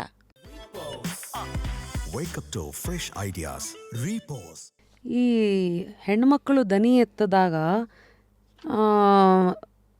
ಅದೇ ನೀವು ಹೇಳಿದ್ದು ಮತ್ತೆ ಕೆಲಸ ಹೋಗ್ಬಿಡುತ್ತೆ, ಬೇರೆ ಕಡೆ ತೊಗೊಳಲ್ಲ, ಮತ್ತು ನಿಮ್ಗೆ ಅಲ್ಲಿ ಯೂನಿಯನ್ಗಳು ಕಟ್ಕೊಳ್ಳೋಂಗಿಲ್ಲ ಅಂತ. ಧೈರ್ಯನೇ ಮಾಡಲ್ವಲ್ಲ ಯಾರೂ. ಇದ್ರೂ ಮೇಡಮ್ ಮಾಡಿರ್ತಾರೆ. ಒಂದು ಬ್ಯಾಚ್ಗೆ ಒಬ್ಬರು ಏನಾದರೂ ಕಷ್ಟ ಸುಖ ಹೇಳ್ಕೊಳಕ್ಕೆ ಅಂತ ಒಬ್ಬರು ಲೀಡ್ರ್ ಅಂತ ಮಾಡಿರ್ತಾರೆ. ಅವರು ನಮಗೆ ಸಪೋರ್ಟ್ ಮಾಡೋಕ್ಕಾಗಲ್ಲ. ಯಾಕೆಂದರೆ ಅವರು ನಮ್ಮಂಗೆ ಗಾರ್ಮೆಂಟ್ಸಲ್ಲಿ ಕೆಲಸ ಮಾಡೋಕ್ಕೆ ಬಂದಿರೋದು. ನಮ್ಮ ಪರವಾಗಿ ನಿಂತ್ಕೊಂಡ್ರೆ ಅವ್ರಿಗೆ ಏನು ಮುಂದೆ ಏನು ಮಾಡ್ತಾರೋ ಅನ್ನೋ ಭಯ ಎಲ್ಲರಿಗೂ ಇರುತ್ತೆ. ನಮ್ಗೋಸ್ತಿಗೆ ಮಾಡಿರ್ತಾರೆ, ಒಬ್ಬ ಲೀಡ್ರ್ ಅಂತ ಇರ್ತಾರೆ. ಮತ್ತು ಇದು ಒಬ್ಬರನ್ನ ಏನೋ ಅದೇ ಅಂತಾರೆ, ಒಬ್ರು ನಾವೇನಾದರೂ ಕಷ್ಟ ಈ ಥರ ಮಾಡ್ತವ್ರೆ ಅಂತ ಹೋಗಿ ಹೇಳ್ಕೊಳಕ್ಕೆ ಒಬ್ರು ಇರ್ತಾರೆ. ಅವ್ರು ನಮಗೆ ಸಪೋರ್ಟ್ ಮಾಡಲ್ಲ. ಡಿಪಾರ್ಟ್ಮೆಂಟ್ ಥರ, ಹಾಂ, ಹ್ಯೂಮನ್ ರಿಸೋರ್ಸ್ ಕೇಳಲ್ಲ ಅವರು. ಅವ್ರಿಗೆ ಸಪೋರ್ಟ್ ಮಾಡಿ. ಇವಾಗ ನಾನು ಹೇಳಿದ್ನಲ್ಲ ಆ ಥರ ಆಯಿತು ಅಂತ, HR ಡಿಪಾರ್ಟ್ಮೆಂಟಿಗೆ ಕರ್ಕೊಂಡು ಹೋದ್ರು ನಮ್ಮನ್ನು. ಹೇಳಿದ್ರೆ ನಮಗೆ ಬಾಯಿ ಮುಚ್ಚಿದ್ರು. ಗಾರ್ಮೆಂಟ್ಸಲ್ಲಿ ನಮ್ಮ ಸಪೋರ್ಟಿಗೆ ಬರೋಲ್ಲ, ಲೇಡೀಸ್ ಸಪೋರ್ಟಿಗೆ ಯಾರೂ ಬರೋಲ್ಲ. ಯಾಕೆಂದರೆ ಎಲ್ಲ ಸ್ಟ್ರೆಸ್ಗಳನ್ನು ಇಟ್ಕೊಂಡು ಅಷ್ಟು ಕಮ್ಮಿ ಸಂಬಳಕ್ಕೆ ಅಷ್ಟು ಕತ್ತೆ ದುಡ್ದಂಗೆ ದುಡ್ದು ಸಂಬಳ ಹೋಗಿ ರಜೆ ಕೇಳಿದರೆ ಹುಷಾರಿಲ್ಲ ಇವತ್ತು ಮಾಡೋಕ್ಕಾಗಲ್ಲ ಅಂದರೆ ರಜೆ ಕೊಡೋಲ್ಲ. ಇವಾಗ ನನ್ನ ಮಗಳು ಮದುವೆಗೆ ಆ ಟೈಮಲ್ಲೇ ಹಂಗಾಗಿದ್ದು ಮದುವೆ. 11ನೇ ತಾರೀಕು ಕೆಲ್ಸಕ್ಕೆ ಬರಬೇಕು ನೀನು, 11ನೇ ತಾರೀಕು ಬಂದಿಲ್ಲ ಅಂದರೆ ಕೆಲ್ಸಕ್ಕೆ ತೊಗೊಳ್ಳಲ್ಲ ಅಂತೆಲ್ಲ ಆರ್ಡ್ರ್ ಮಾಡೇ ಕಳಿಸಿರ್ತಾರೆ. ಡಿಕ್ಟೇಟರ್ಶಿಪ್ ಥರ ಇದು. ಕೂತ್ಕೋಬೇಕು, ನಿಂತ್ಕೋತಾರೆ, ಇಷ್ಟ ಆದರೆ ಇರಬೇಕು. ಜಾಸ್ತಿ ಏನಾದರೂ ವಾಶ್ರೂಮ್ಗೂ ಹೋಗಂಗಿಲ್ಲ. ಟೈಮ್ ಪಾಸ್ಗೋಸ್ಕರ ಹೋಗ್ತೀರಾ, ಸುಮ್ಮನೆ ಹೋಗ್ತೀರಾ? ಸುಮ್ಮನೆ ಯಾರಾದರೂ ಹೋಗೋಕ್ಕಾಗುತ್ತಾ? ಅಲ್ಲಿ ಅಂದರೂ ಹೋಗಿ ಅವ್ರಿಗೂ ಭಯ ಇರುತ್ತೆ, ಬಂದು ಬೈತಾರೆ ಅನ್ನೋ ಒಂದು ಭಯ ಇರುತ್ತೆ. ಹೋಗ್ತಾರೆ, ಬೇಡ ಹೋಗ್ಬಿಟ್ಟು ಬೇಗ ಬರಬೇಕು, ಬೇಗ ಬಂದು ಕೊಡ್ಬೇಕಲ್ಲ. ಮುಂದ್ಗಡೆ ಪೀಸ್ ಖಾಲಿ ಕೂತ್ಕೊಬಿಡ್ತಾರೆ ನಾವು ಹೋದರೆ ಅನ್ನೋ ಬೈಕ್. ಒಬ್ಬೊಬ್ರು ಮೇಡಮ್ ನೀರು ಕುಡಿಯೋಲ್ಲ, ವಾಶ್ರೂಮ್ಗೆ ಹೋಗಲ್ಲ. ನಾವೇ ಮಾಡಿದ್ವಿ ಮೇಡಮ್. ಬೆಳಗ್ಗೆ ಟಿಫನ್ ಮಾಡಲ್ಲ. ಬೆಳಗ್ಗೆ ಹೊತ್ತು ಎಷ್ಟು ನಾನು ಒಂದು 20 ವರ್ಷ ಆದರೂ ನಾನು ಊಟ ಮಾಡಿಲ್ಲ ಮೇಡಮ್ ಬೆಳಗ್ಗೆ ಹೊತ್ತು ನಾಟ. ಯಾಕೆಂದರೆ ಬೇಗ ಟೈಮ್ 9 ಗಂಟೆ ಒಳಗಡೆ ಕೆಲ್ಸಕ್ಕೆ ಹೋಗಬೇಕು. ಆವಾಗ ನಾನು ನಡ್ಕೊಂಡು ಹೋಗ್ಬೇಕಾಯ್ತು. ಕೊಡೋ ಸಂಬಳದಲ್ಲಿ ನಾವು ಡೈಲಿ ಬಸ್ಗೆ ಹೋಗೋಗುತ್ತಾ? ಆಗದ. ಬರೀ 2 ರೂಪಾಯಿ ಆಟೋ ಚಾರ್ಜ್ ಮೇಡಮ್. ಆವಾಗ ನಾವು 2 ರೂಪಾಯಿ ಕೊಟ್ಟರೆ 2 ರೂಪಾಯಿ ತರಕಾರಿ ಬರುತ್ತೆ. ಆವಾಗ 2 ರೂಪಾಯಿಗೆಲ್ಲ ತರಕಾರಿ ಸಿಗೋದಲ್ಲ ಫುಟ್ಪಾತಲ್ಲಿ. 2 ರೂಪಾಯಿ ಕೊಟ್ಟರೆ 2 ರೂಪಾಯಿ ಇತ್ಲಿಂದ 2 ರೂಪಾಯಿ, ಅತ್ಲಿಂದ 2 ರೂಪಾಯಿ, 4 ರೂಪಾಯಿ ಆಗುತ್ತಲ್ಲ. ಅದೇ 4 ರೂಪಾಯಿ ತರಕಾರಿ ತಗೋಬೋದಲ್ಲ ಅಂದ್ಬಿಟ್ಟು ಎಷ್ಟು 20 ವರ್ಷ ಆದರೂ ನಡೆದಿದ್ದೀನಿ ನಾನು, ಲಗ್ಗೆರೆಯಿಂದ ಗುರುಗುಂಟೆಪಾಳ್ಯವರೆಗೂ. ಬೆಳಗ್ಗೆ ಸಾಯಂಕಾಲ 2 ಟೈಮ್. ಎಲ್ಲ ಕೇಳಿದಾಗ ನನ್ನಂಥವ್ರು ಎಷ್ಟು ಜನ ಇರ್ಬೋದು. ದುಡ್ಡಿನ ಬೆಲೆ, ಅದಕ್ಕೆ ಮಾಡೋ ತ್ಯಾಗಗಳು. ನನಗೆ ಕಣ್ಣೀರು ಬಂದಿದ್ದು ಏನಕ್ಕೆ ಅಂದರೆ ಮಕ್ಕಳನ್ನ ಚೆನ್ನಾಗಿ ನೋಡ್ಕೊಳಕ್ಕಾಗಲ್ಲ. ಇವಾಗ 6 ಗಂಟೆ ಆದರೂ ನಾವು ಬಂದಿರೋದಿಲ್ಲ. ಮಕ್ಕಳು 4:15 ಗಂಟೆಗೆ ಸ್ಕೂಲಿಂದ ಬಂದಿರ್ತಾರೆ. ಅವಕ್ಕೇನು ಹಾಲ ಕಾಫಿ ಏನು ಕೊಡೋಕ್ಕೂ ನಮಗಿಲ್ಲ. ನೀವೇ ಇಲ್ಲ ಮನೇಲಿ, ನೀವೇನು ಕೊಡ್ತೀರಾ? ಆಮೇಲೆ ಆ ನೋವು ಬೇರೆ ನೋಡ್ಕೊಳಕ್ಕಾಗಿಲ್ವಲ್ಲ ಅಂತ. ಅವು ಕುಡಿದ್ರ, ತಿಂದ್ರ, ನೀರು ಕುಡಿದ್ರ, ಬಂದ್ರ ಏನೂ ಕೇಳೋಕ್ಕಾಗಲ್ಲ ಗಾರ್ಮೆಂಟ್ಸಿಗೆ ಕೆಲ್ಸಕ್ಕೆ ಹೋಗೋರು. ಇವಾಗ ಒಂದು ಸ್ವಲ್ಪ ಇದೇನು ಬೇಬಿ ಕೇರು ಅದು ಇದು ಅಂತ ಐತೆ. ಅವಾಗ ನಾವು ಬಂದಾಗ ನಮಗೆ ಜೀವನ ಮಾಡೋಕೆ ಕಷ್ಟ, ಅವರಿಗೆಲ್ಲ ದುಡ್ಡೆಲ್ಲಿ ಕೊಡೋಕ್ಕಾಗತ್ತೆ ಮೇಡಮ್. ಸೊ ಅಟ್ಲೀಸ್ಟ್ ಇವತ್ತಾರು ಬೇಬಿ ಕೇರ್ ಇದೆಯಾ? ಬೇಬಿ ಕೇರ್ ಇದೆ ಇವಾಗ. ಅದಕ್ಕೂ ಸಪ್ರೇಟಾಗಿ ದುಡ್ಡು ಕೊಡಬೇಕಾ? ಅದಕ್ಕಿಲ್ಲ. ಅವರೇ ಪ್ರೈವೇಟ್ ಬೇಬಿ ಕೇರ್ಗಳವೆ, ಅಲ್ಲಿ ಗಾರ್ಮೆಂಟ್ಸಲ್ಲಿ ಇರ್ತವೆ. ಒಬ್ಬರು ಇಲ್ಲಿ ನೋಡ್ಕೊಳ್ಳೋಕೆ ಇಷ್ಟ ಇಲ್ಲದೆ ಇದ್ದವರು ಪ್ರೈವೇಟಿಗೆ ಅಲ್ಲಿ ಬಿಟ್ಬಿಟ್ಟು ಬರ್ತಾರೆ. ಆಗಲ್ಲ ಸಂಬಳ ಮೇಂಟೈನ್ ಮಾಡೋಕ್ಕಾಗಲ್ಲ ಅಂದರೆ ಬೇಬಿ ಕೇರ್ ಕರ್ಕೊಬರ್ತಾರೆ, ಎತ್ಕೊಂಬರ್ತಾರೆ. ಈ ಜಾಬ್ ಸೆಕ್ಯೂರಿಟಿ ಎಲ್ಲ ಇವತ್ತಿಗೂ ಬದಲಾಗಿದೆಯಾ? ಯಾಕೆಂದರೆ ನಾನು ರಿಸರ್ಚ್ ಮಾಡಿದ ಪ್ರಕಾರ ಈ ಸಬ್ ಕಾಂಟ್ರಾಕ್ಟಿಂಗ್ ನಡೆಯುತ್ತೆ. ಈಗ ಉದಾಹರಣೆಗೆ ದೊಡ್ಡ ಬ್ರ್ಯಾಂಡು, ಅವ್ರು ಯಾರಿಗೋ ಕೆಳಗಡೆ ಒಂದು ಔಟ್ಸೋರ್ಸ್ ಮಾಡ್ತಾರೆ ಒಂದು ಫ್ಯಾಕ್ಟ್ರಿಗೆ, ಅವ್ರ ಕೆಳಗಡೆ ಇನ್ನೊಬ್ರಿಗೆ ಅಂತ ಕೊಡ್ತಾರಲ್ಲ. ಇದರಿಂದಾಗಿ ಎಷ್ಟೋದೆಲ್ಲ ಕಾಂಟ್ರಾಕ್ಟ್ ಬೇಸಿಸು, ಹೆಲ್ತ್ಗೆ ಇನ್ಶೂರೆನ್ಸ್ ಇರಲ್ಲ, ಮೆಟರ್ನಿಟಿ ಲೀವ್ ಇಲ್ಲ, ಬೆನಿಫಿಟ್ಸ್ ಇಲ್ಲ, PF ಇಲ್ಲ. AC ಇರುತ್ತೆ ಮೇಡಮ್. AC ಇದ್ರೂ ಇವಾಗ ರಜಾ ಹಾಕ್ತೀವಿ ಅಂದ್ಕೊಳ್ಳಿ, ACಗೆ 3 ದಿವಸ ಕೊಡ್ತಾರೆ. 3 ದಿವಸಕ್ಕೆ ಹುಷಾರಾಗ್ಬಿಡ್ತೀವ? ಅಕಸ್ಮಾತ್ ಏನಾದರೂ ಅವ್ರಿಗೂ ACಗೆ ರಜಾ ಹಾಕೋಕೆ ಹೋದ್ರು ಅವ್ರಿಗೇನಾದರೂ ಕೊಡಬೇಕು.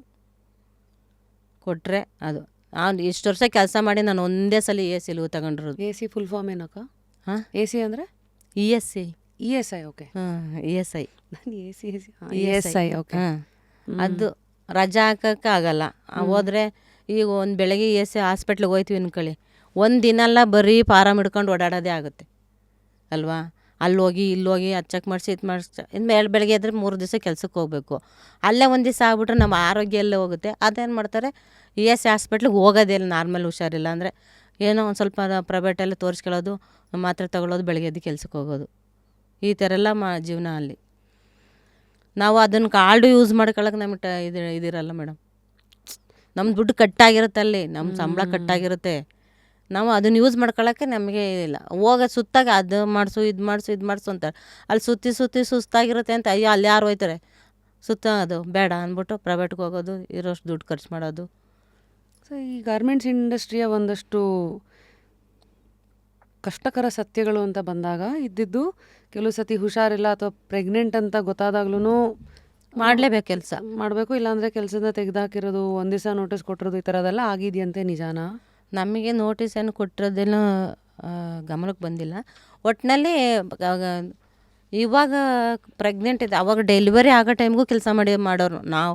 96, 97, 2000 ಒಳಗಡೆ. ಆಮೇಲೆ ಇತ್ತೀಚೆಗೆ ಒಂದು 8 ತಿಂಗಳಿಗೆ ರಜೆ ಕೊಟ್ಬಿಡ್ತಾರೆ.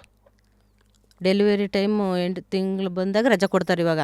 ಹಾಂ, ಅಷ್ಟೇ ಒಂದು ತಿಂಗಳು ಮುಂಚಿತವಾಗಿ ರಜೆ ಕೊಡ್ತಾರೆ. ಮತ್ತು ಮೊದಲೆಲ್ಲ ಇರ್ತಿತ್ತು ಈ ಫೈರ್ ಮತ್ತು ಸೇಫ್ಟಿ ಅಂತ, ಅದೆಲ್ಲ ಇರುತ್ತೆ. ಅದಕ್ಕೆಲ್ಲ ಪರವಾಗಿಲ್ಲ, ಬೆಟರ್ ಆಗಿದೆಯಾ? ಕೆಲವುದೆಲ್ಲ ಮೊದಲೆಲ್ಲ ಕೈ ಹೋಗ್ಬಿಟ್ಟಿರೋದು, ಈ ಥರದ್ದೆಲ್ಲ ಕೈಯೆಲ್ಲ ಹೋಗಿರೋದು ಅಂದರೆ ನಾವೇ ಗಮನ ಇಟ್ಟಲ್ಲಿ ಕೆಲಸ ಮಾಡಿ ನೀಡ್ಲು ಹಾಕೊಳ್ಳೋದೆಲ್ಲ ಇರುತ್ತೆ. ನಾನು ಮಾಡೋ ಕೆಲಸದಲ್ಲಿ ಯಾವತ್ತೂ ಬೆಂಕಿ ಅನಾಹುತ ಅಂಥದ್ದು ಏನೂ ಆಗಿಲ್ಲ. ಅದೆಲ್ಲ ಸೇಫ್ಟಿ ಚೆನ್ನಾಗಿದೆ. ತಿಂಗಳಿಗೊಂದ್ಸಲ 2 ತಿಂಗಳಿಗೊಂದ್ಸಲ ಟ್ರೈನಿಂಗ್ ಕೊಡೋರು ನಮಗೂ ಕರ್ಕೊಂಡೋಗಿ. ಯಾವ ಥರ ಟ್ರೈನಿಂಗ್ ಕೊಡ್ತಾರೆ? ಏನೇನು? ಇಲ್ಲಿ ಬೆಂಕಿ ಹಚ್ಕೊಂಡ್ರೆ ಯಾವ ಥರ ಮಾಡೋದು, ಏನು ಮಾಡೋದು, ಯಾವ ಥರ ಎಲ್ಲ ಎಕಡೆಯಿಂದ ಬರಬೇಕು, ಹೊಗೆ ತುಂಬಿಕೊಂಡ್ರೆ ಕೆಳಗಡೆಯಿಂದ ಬಗ್ಗಿ ಬರ್ಬೋದು, ಆ ಥರ ಎಲ್ಲ ಹೇಳ್ಕೊಡ್ತಾರೆ. ಸರಿ. ಮತ್ತು ನಿಮಗೆ ರೆಗ್ಯುಲರ್ ಆಗಿ ಟೈಲರ್ಗಳಂದರೆ ಟ್ರೈನಿಂಗ್ ಎಲ್ಲ ಏನೇನು ಇರ್ತಿತ್ತು? ಅಂದರೆ ಅವ್ರವ್ರ ಲೆವೆಲಲ್ಲಿ ಏನೇನು ಟ್ರೈನಿಂಗ್ಗಳು ಕೊಡೋರು? ಟ್ರೈನಿಂಗ್ ಅಂತ ಎಲ್ಲ ಅಲ್ಲಿ ಒಲೆಯೋದು ಏನೇನು ಇರುತ್ತೆ ಅದನ್ನೆಲ್ಲ ಕೊಡ್ತಾರೆ ಫಸ್ಟ್. ಆಮೇಲೆ ಟ್ರೈನಿಂಗ್ ಅಂತ ಅಲ್ಲೇ ಬ್ಯಾಚ್ ಮಾಡಿಕೊಡೋರು. ಮುಂಚೆ ನಾವೆಲ್ಲ ಹೋದಾಗ ನಾವೇ ಹೆಲ್ಪರಾಗಿ ನಾವೇ ಬೇರೆಯವ್ರು ಒಲೆಯೋದು ನೋಡಿ ಕಲ್ತ್ಕೊಂಡಿರೋದು. ಅವರೇ ಅಂತ ಟ್ರೈನಿಂಗ್ ಕೊಟ್ಟಿಲ್ಲ. ನಾನು ಹೋಗಿದ್ದೆ ಹೆಲ್ಪರಾಗಿ ಸೇರ್ಕೊಂಡಲ್ಲ. ಇವಾಗ ನನ್ನ ಪಕ್ಕ ಇವರು ಇಲ್ಲಿ ಟೈಲರು, ಇವ್ರ ಪಕ್ಕ ನಾನು ಕೆಲಸ ಮಾಡ್ತಾಯಿರ್ತೀನಿ. ಅವ್ರು ಹೆಂಗೆ ಮಾಡ್ತಾರೆ ಏನು ಮಾಡ್ತಾರೆ ನೋಡ್ಕೊಂಡು ಕಲ್ತ್ಕೊಂಡು ನಾನು ಮಾಡ್ತೀನಿ, ಈ ಕೆಲಸ ಕೊಡಿ ಅಂತ ಅವ್ರನ್ನ ಕೇಳಿಕೊಂಡು ಮಾಡಿ ಕಲ್ತ್ಕೊಂಡಿರೋದು. ನಮಗೆ ಟ್ರೈನಿಂಗ್ ಅಂತ ಇವಾಗ ಮಾಡ್ತಾರೆ, ಟ್ರೈನಿಂಗ್ ಕೊಟ್ಟು ಕೆಲಸ ಮಾಡಿಸ್ತಾರೆ. ಮತ್ತು ಈ ಗಾರ್ಮೆಂಟ್ಸ್ ಅಂದ ತಕ್ಷಣ ಜನಕ್ಕೆ ಬರೋದು ಒಂದು, ಕೆಲ್ಸಕ್ಕೆ ಹೋಗೋರು. ಅಟ್ ದ ಸೇಮ್ ಟೈಮ್ ಈ ಗಾರ್ಮೆಂಟ್ಸ್ ಅಂದರೆ ಎಕ್ಸ್ಪೋರ್ಟ್ ಮಾಡ್ತಾರೆ. 3ನೇದು ಗಾರ್ಮೆಂಟ್ಸ್ ಅವ್ರದ್ದು ಈ ಸೇಲ್ ಹಾಕಿರ್ತಾರೆ ಅಂತ. ಸೊ ಈಗ ಎಕ್ಸ್ಪೋರ್ಟ್ ಅಂತ ಮಾತಾಡೋದಾದರೆ, ಎಕ್ಸ್ಪೋರ್ಟ್ ಮಾಡ್ತಿರಲ್ಲ ಗಾರ್ಮೆಂಟ್ಸಿಗೆ, ಆ ಥರ ಎಕ್ಸ್ಪೋರ್ಟ್ ಆಗೋದಕ್ಕೆಲ್ಲ ನಿಮ್ಗೆ ಜಾಸ್ತಿ ಸಂಬಳ ಕೊಡ್ತಾರಾ? ಇಲ್ಲ, ಎಷ್ಟು ಸಂಬಳ ಇರುತ್ತೆ ಅಷ್ಟೇ. ಮತ್ತು ಈ ಗಾರ್ಮೆಂಟ್ಸ್ ಸೇಲೆಲ್ಲ ನಡೆಯುತ್ತಲ್ಲ, ಈ factory outlet, ಗಾರ್ಮೆಂಟ್ಸ್ದು first copy, second ರಿಜೆಕ್ಟೆಡು, ಈ ಥರದ್ದೆಲ್ಲ ಅದು ಏನಕ್ಕ? ಅದು ಯಾವ ಥರದ್ದು ಗಾರ್ಮೆಂಟ್ಸ್? ಇವಾಗ FCL ಚೆಕಿಂಗ್ ಇರುತ್ತಲ್ಲ, ಅಲ್ಲಿ ಒಂದು ಏನಾದರೂ ಒಂದು ದಾರ ಕಿತ್ತೋದಂಗಾಗಿದ್ದರೆ, ಒಂದು ಸ್ಟಿಚ್ ಏನಾದರೂ ಕೆಳಗೆ ಮೇಲೆ, ಇವಾಗ ಸ್ಟ್ರೈಟ್ ಹೋಗ್ಬೇಕಾಗಿರುತ್ತೆ, ಈ ಕಡೆಕೋ ಆ ಕಡೆಕೋ ಹೊಲ್ದಿರ್ತಾರೆ. ಅದನ್ನು ಚೆಕ್ ಮಾಡಿರೋ ಬೈಯರು ಇದು ಮಾಡೋಗ್ತಾರೆ, ರಿಜೆಕ್ಟ್ ಮಾಡೋಗಿರ್ತಾರೆ. ಅದನ್ನು ಕಮ್ಮಿ ಸೇಲ್ಗೆ ಫ್ಯಾಕ್ಟ್ರಿ ರಿಜೆಕ್ಟ್.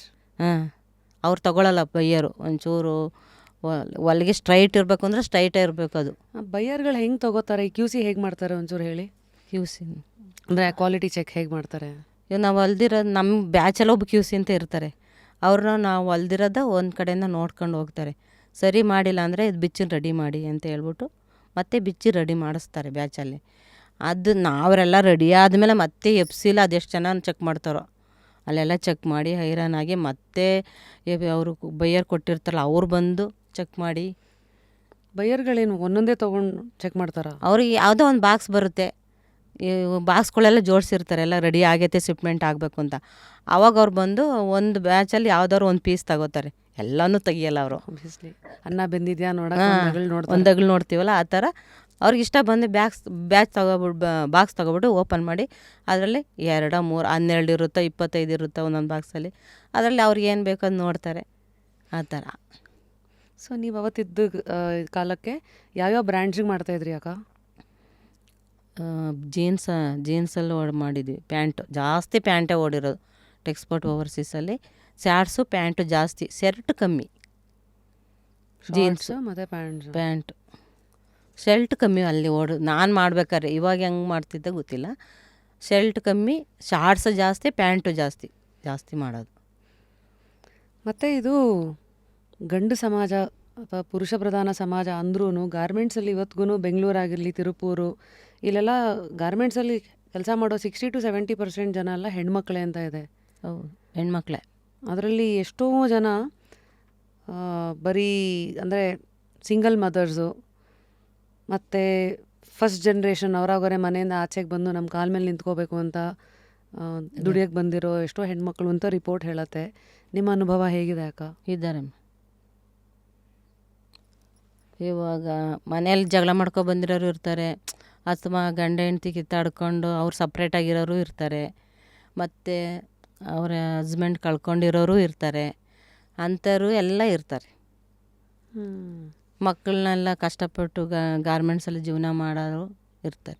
ಎಲ್ಲ ಥರದವರು 18 ವರ್ಷದಿಂದ 50 ವರ್ಷದವರೆಗೂ ಕೆಲಸ ಮಾಡೋರು, 55, 60ವರೆಗೂ ಮಾಡ್ಯಾರ ನೋಡಿ ನಾನು ಗಾರ್ಮೆಂಟ್ಸಲ್ಲಿ. ಅಲ್ಲೇನಾದ್ರು ಏಜ್ ಇದು ಕಟ್ ಆಫ್ ಇದೆಯಾಕ? ಇಷ್ಟು ವರ್ಷ ಆದಮೇಲೆ 60 ವರ್ಷ ಆದಮೇಲೆ ಅದೇ 2021ರಲ್ಲಿ 60 ವರ್ಷದವರೆಗೂ ಮಾಡಬೇಕು ಅಂತ ಇತ್ತು. ನಾವು ಮಾಡ್ಬೇಕಾದ್ರೆ ಒಬ್ಬರು 60 ವರ್ಷದಲ್ಲಿ ಮಾಡ್ತಿದ್ರು ಅಷ್ಟೇ. 60 ಮೇಲೆ ಬಿಡಲ್ಲ, ಆರೋಗ್ಯವಾಗಿದ್ರೂ ಬಿಡಲ್ಲ. ಸೊ ಈ ಸೂಪರ್ವೈಸರ್ಗಳಂತೆಲ್ಲ ಬಂದಾಗ ಅಲ್ಲೂ ಬರೀ ಗಂಡು ಮಕ್ಕಳೇ ಜಾಸ್ತಿ ಸೂಪರ್ವೈಸರ ಅಥವಾ ಹೆಣ್ಮಕ್ಳು ಇರ್ತಾರೆ? ಕ್ಯೂ ಸಿಗಳು ಸೂಪರ್ವೈಸರು ಹೆಂಗಸರು ಇರ್ತಾರೆ. ಸೊ ಕ್ಯೂ ಸಿಗಳು ಹೆಣ್ಣು ಆದರೆ ಅಡ್ವಾಂಟೇಜ್ ಏನು, ಗಂಡಾದರೆ ಅಡ್ವಾಂಟೇಜ್ ಏನು? ಹೆಣ್ಣಾದರೆ ನಮಗೆ ಚೆನ್ನಾಗಿರ್ತಾರೆ, ನಮಗೂ ಅವ್ರಿಗೂ ಅಂಡರ್ಸ್ಟ್ಯಾಂಡಿಂಗ್ ಚೆನ್ನಾಗಿರುತ್ತೆ. ಗಂಡಸರಾದರೆ ಏನಂದರೆ ಅವ್ರು ಹೇಳ್ದಂಗೆ ಇದು ಸರಿ ಇಲ್ಲ ಅಂತಂದರೆ ನಾವು ತಿರುಗಿ ಮಾತಾಡೋಂಗಿಲ್ಲ. ಇಲ್ಲ ಅದೊಂದು ಸ್ವಲ್ಪ ತಾನೇ ಅಡ್ಜಸ್ಟ್ ಆಗೋದು ಮಾಡಿರಿ ಅಂತ ಹೇಳೋಂಗಿಲ್ಲ ಅವ್ರಿಗೆ. ಹೆಂಗೆ ಹೇಳಿದರೆ ಮತ್ತೆ ಏನು ಅದು ಎಲ್ಲನೂ ತಂದು ಹಾಕ್ಬಿಡ್ತಾರೆ, ತಿರುಗಿ ಮಾತಾಡಿರಿ, ಇದೊಂದು ಸ್ವಲ್ಪ ತಾನೇ ಪಾಸ್ ಆಗುತ್ತಲ್ವ ಬಿಡು ಅನ್ನಂಗಿಲ್ಲ. ಅವ್ರು ಹೇಳಿದರೆ ಆಯಿತು ಅಂತ ಸುಮ್ಮನೆ ಮೂಗಿರ್ತಾರೆ, ಇಸ್ಕೊಂಡ್ರೆ ಪಾಸ್ ಮಾಡ್ಕೊಂಡು ಹೋಗ್ತಾರೆ. ಇಲ್ಲಾಂದ್ರೆ ಒಂದು ಪೀಸ್ ಏನಾದರೂ ಇಲ್ಲ ಅವ್ರ ಹತ್ರ ತಿರುಗಿ ಮಾತಾಡಿದರೆ ಎಲ್ಲ ವಾಪಸ್ ಬಂದಿರುತ್ತೆ. ಅದನ್ನು ಬಿಚ್ಚಿ ರೆಡಿ ಮಾಡಿಕೊಡ್ಬೇಕು. ಎಲ್ಲ ನೀನೇ ಇಂದ್ರ ನೀನೇ ಚಂದ್ರ ಅಂದರೆ ಎಲ್ಲ ಚೆನ್ನಾಗಿರ್ತಾರೆ. ನಾವು ಒಂದು ಸ್ವಲ್ಪ ಇಲ್ಲ ಅದೇನಾಗೈತೆ ಒಂದು ಸ್ವಲ್ಪ ತಾನೇ ಏನಾಗಲ್ಲ ಪಾಸ್ ಆಗುತ್ತೆ ಅನ್ನಂಗಿಲ್ಲ, ತಿರುಗಿಸಿ ಮಾತಾಡೋಂಗೆ. ಸೊ ಇವಾಗ ಈ ಥರದಕ್ಕೆಲ್ಲ ಆದಾಗ ನಿಮ್ಮ ಮೇಲಧಿಕಾರಿಗಳಿಗೆ ಅಥವಾ ಕಂಪ್ನಿ ಗಾರ್ಮೆಂಟ್ಸ್ ಓನರ್ಗಳಿಗೆ ನಮಗೆ ಕಾಂಟ್ಯಾಕ್ಟ್ ಇರಲ್ಲ ಮೇಡಮ್. ಅವ್ರು ಯಾರು ಅಂತಲೇ ಗೊತ್ತಿರಲ್ಲ ನಮಗೆ. ಬಟ್ ಈ ಗಾರ್ಮೆಂಟ್ಸಲ್ಲೆಲ್ಲ ನಂಗೆ ಕೆಲವುದು ಜ್ಞಾಪಕ ಇರೋ ಹಾಗೆ ನಾನು ಆರ್ಕೆಸ್ಟ್ರಾಗಳಲ್ಲೆಲ್ಲ ಹಾಡ್ತಾ ಇದ್ದ ದಿನದಲ್ಲಿ ಈ ನವೆಂಬರ್ ಟೈಮಲ್ಲೆಲ್ಲ ರಾಜ್ಯೋತ್ಸವ ಅದಕ್ಕೆಂತೆಲ್ಲ ದಸರಾದಲ್ಲೆಲ್ಲ ಕರೆಸಿ ಅವಾಗ ನಮ್ಗಳ ಹತ್ರ ದುಡ್ಡು ಇಸ್ಕೊಂಡು ಮಾಡೋರು. ನಮ್ಗಳ ಹತ್ರ 100 ರೂಪಾಯಿ ಕೊಡೋರು, 100 ರೂಪಾಯಿ ಏನೋ ಕಲೆಕ್ಷನ್ ಮಾಡೋರು. ಹೌದಾ? ನಾನು ಅನ್ಕೊಂಡೆ ನಿಮ್ಗಳಿಗೆಲ್ಲ ಮನೋರಂಜನೆ ಕೊಡಕ್ಕೆ ಅವ್ರು ದುಡ್ಡು ಖರ್ಚು ಮಾಡ್ತಾ ಇರ್ತಾರೆ. ಅವ್ರು ಕೊಟ್ಟಿರ್ತಾರೆ, ಓನರ್ಗಳು ಕೊಟ್ಟಿರ್ತಾರೆ, ಆದರೆ ಇಲ್ಲಿ ಇರ್ತಾರೆ ಆಡಳಿತ ಮಾಡೋದು, ಅವರೆಲ್ಲ ಇದು ಮಾಡಿ ನಮ್ಮ ಹತ್ರ ನಾವು 100 ರೂಪಾಯಿ ಕೊಟ್ಟು ಮಾಡಿದ್ವಿ. ಯಾರೋ ಗಾರ್ಮೆಂಟ್ಸಲ್ಲಿ ಕೆಲಸ ಮಾಡಬೇಕು ಅಂತ ಆಸೆ ಇಟ್ಕೊಂಡಿರೋ ಹೆಣ್ಮಗಳು ನೋಡ್ತಾ ಇದ್ದಾಳೆ ಅಂದ್ಕೊಳ್ಳೋಣ. ಅವರಿಗೆ ಗಾರ್ಮೆಂಟ್ಸಿಗೆ ಕಾಲಿಡಬೇಕಾದ್ರೆ ಮನಸ್ಸಲ್ಲಿ ಏನೇನು ಇಟ್ಕೊಂಡು ಕಾಲಿಡ್ಬೇಕಕ್ಕ? ಗಾರ್ಮೆಂಟ್ಸನ್ನು ಕೆಟ್ಟದಾಗಿ ಇದು ಮಾಡೋಕ್ಕಾಗಲ್ಲ ಮೇಡಮ್. ಗಾರ್ಮೆಂಟ್ಸಲ್ಲಿ ಎಷ್ಟೋ ಕೋಟಿ ಜನ ಜೀವನ ಮಾಡ್ತೈತೆ. ಆದರೆ ಅಲ್ಲಿ ಓನರು ಎಲ್ಲ ಇರ್ತಾರೆ, ಯಾರೋ ಎಲ್ಲ ಇರ್ತಾರೆ. ಅಲ್ಲಿ ನಮ್ಮ ಥರ ಕೆಲಸ ಮಾಡೋರದ್ದೇ ಅಧಿಕ ಪ್ರಸಂಗ ಜಾಸ್ತಿ ಇರುತ್ತೆ ಅಷ್ಟೇ. ಈ ಈ ಈ ಥರ ಚಾಲೆಂಜಸ್ಗಳನ್ನೆಲ್ಲ ಹೆಂಗೆ ಎದುರಿಸೋದು? ಎದುರಿಸ್ಬೇಕು ಅಂತ ಎಲ್ಲ ಒಗ್ಗೂಡ್ಕೋಬೇಕು. ಒಗ್ಗೂಡೋರು ಇರಲ್ಲ ಅಲ್ಲಿ. ಹೆಣ್ಮಕ್ಳು ಅಂತ ಕೆಲಸ ಮಾಡ್ಬೇಕಾರೆ ಇವಾಗ ನಾವು ಕೇಳಿದ್ವಲ್ಲ, ನಮ್ಮ ಜೊತೆಗೆ ಯಾರು ಬರಲಿಲ್ಲ ಅವಾಗ, ಯಾರೂ ಬರಲಿಲ್ಲ. ಇವಾಗ ನಮ್ಮ ಕಷ್ಟ ಸುಖ ಹೇಳೋಕ್ಕೆ ಅಂತ ಒಬ್ಬರನ್ನ ಸಂಬಳ ಕೊಟ್ಟು ಇಟ್ಟಿರ್ತಾರಲ್ಲ, ಅವರು ನಮ್ಗೆ ಹತ್ರ ನಮಗೆ ಸಪೋರ್ಟ್ ಮಾಡಲಿಲ್ಲ. ಸುಮ್ಮನೆ ಕಣ್ಣು ಒರ್ಸೋಕ್ಕಷ್ಟೇ ಅದು. ಮತ್ತು ಇದಕ್ಕೆ ಕೊನೆ ಹೆಂಗೆ? ಇವತ್ತೆಲ್ಲ ಅಟ್ಲೀಸ್ಟ್ ಬದಲಾಗಿದೆಯಾ ಅಥವಾ ಕೆಲವು ವಿಚಾರದಲ್ಲಿ ಹಾಗೆ ಇದೆಯಾ? ಬದಲಾಗಿಲ್ಲ ಮೇಡಮ್, ಬದಲಾಗಬೇಕದು. ಇವಾಗ ಅದಕ್ಕೊಂದು ಇನ್ಸೂರೆನ್ಸ್ ಅಂತ ಮಾಡಬೇಕು. ಇನ್ಸೂರೆನ್ಸ್ ಇಲ್ಲ. ಇವಾಗ ಕೆಲಸ ಮಾಡ್ಬೇಕಾದ್ರೆ ಹೆಚ್ಚು ಕಮ್ಮಿ ಆದರೆ ಯಾರು ಹೊಣೆ? ಎಲ್ಲೈತೆ ಇನ್ಸೂರೆನ್ಸ್? ಗಾರ್ಮೆಂಟ್ಸಲ್ಲಿ ಹೋಗಿ ಎಲ್ಲರೂ ಚೆಕ್ ಮಾಡಿರಿ, ಯಾರಿಗೂ ಇನ್ಸೂರೆನ್ಸ್ ಐತೆ? AC ಕಾರ್ಡ್ ಐತೆ ಅಷ್ಟೇ. ನಿಮ್ಮದು ಯೂನಿಯನ್ನು? ಯೂನಿಯನ್ ಇಲ್ಲ. ಗಾರ್ಮೆಂಟ್ಸ್ ಯೂನಿಯನ್ನೇ ಅಲ್ವಾ? ಈಗ ಎಲ್ಲ ಥರದ್ದು ಬೇರೆ ಕಡೆ ಇರುತ್ತಲ್ಲ, ಅದೇನೋ ವೇದಿಕೆ, ರಕ್ಷಣಾ ವೇದಿಕೆ ಅಂತ ಎಲ್ಲ ಇರುತ್ತಲ್ಲ, ಅಲ್ಲಿಗೆ ಹೋಗೋರು ಹೋಗ್ತಾರೆ. ಯಾರು ಹೋಯ್ತಾರೆ? ಧೈರ್ಯವಾಗಿ ಯಾರು ಹೋಯ್ತಾರೆ? ಇವಾಗ ನಂಗೆ ಅಷ್ಟೊಂದು ತೊಂದರೆ ಆಯ್ತಲ್ಲ, ನಾನು ಹೋದ್ನಾ? ಇರೋವರೆಗೂ ಅಲ್ಲೇ ಮತ್ತೆ ಜೀವಿಸ್ಬೇಕು, ವಾಪಸ್ ಬರಬೇಕಂದ್ರೆ ನೀವು ಇಲ್ಲ ಕೆಲಸ ಬಿಡಬೇಕು. ಬೇರೆ ಕಡೆ ಹೋದರೆ ಇವಳು ಅಲ್ಲಿ ಹಂಗೆ ಮಾಡಿದ್ಲು, ಅಲ್ಲೆಲ್ಲ ಜಗಳ ಮಾಡ್ಕೊಂಡ್ಲು, ಹಂಗೆ ಮಾಡಿದ್ಲು, ಬೇರೆ ಫ್ಯಾಕ್ಟ್ರಿಲೆಲ್ಲ ಹೇಳ್ಬಿಡ್ತಾರೆ. ಇದು ಹಿಂಗೆ ಹಾಗೆ ಬಾಯಿ ಮುಚ್ಕೊಂಡು ಕೆಲಸ ಮಾಡ್ಕೊಂಡು ಏನೇ ಆಗಲಿ ನೋವು ನಲಿವು ಎಲ್ಲ ಅಲ್ಲೇ ಕಳ್ಕೊಂಡು ಬರೋದು. ಈಗ ಸರ್ಕಾರದಿಂದ ಒಂದು ಏನಾದರೂ ನಮಗೆ ಫೆಸಿಲಿಟಿ ಮಾಡಿಕೊಡ್ಬೇಕು ಗಾರ್ಮೆಂಟ್ಸ್ ಮಹಿಳೆಯರಿಗೆ. ಯಾರಾದರೂ ಅವರೇನು ಅಲ್ಲಿಂದಲೇ ಒಬ್ಬರನ್ನ ಬ್ಯಾಚಲ್ಲೇ ಓಡಾಡಂಗೆ ಮಾಡಬೇಕು. ಅವ್ರು ಏನು ಮಾಡ್ತಾರೆ, ಅವ್ರ ಕಡೆಗೆ ಹೋದರೆ ನಾವು ಗಾರ್ಮೆಂಟ್ಸಲ್ಲಿ ಮಹಿಳೆಯರು ಏನು ಮಾಡೋಕ್ಕಾಗುತ್ತೆ? ಕಾರ್ಮಿಕ ಸಂಘಗಳು ಯಾರು ಬರುತ್ತಾರೆ ನಮ್ಮ ಜೊತೆ?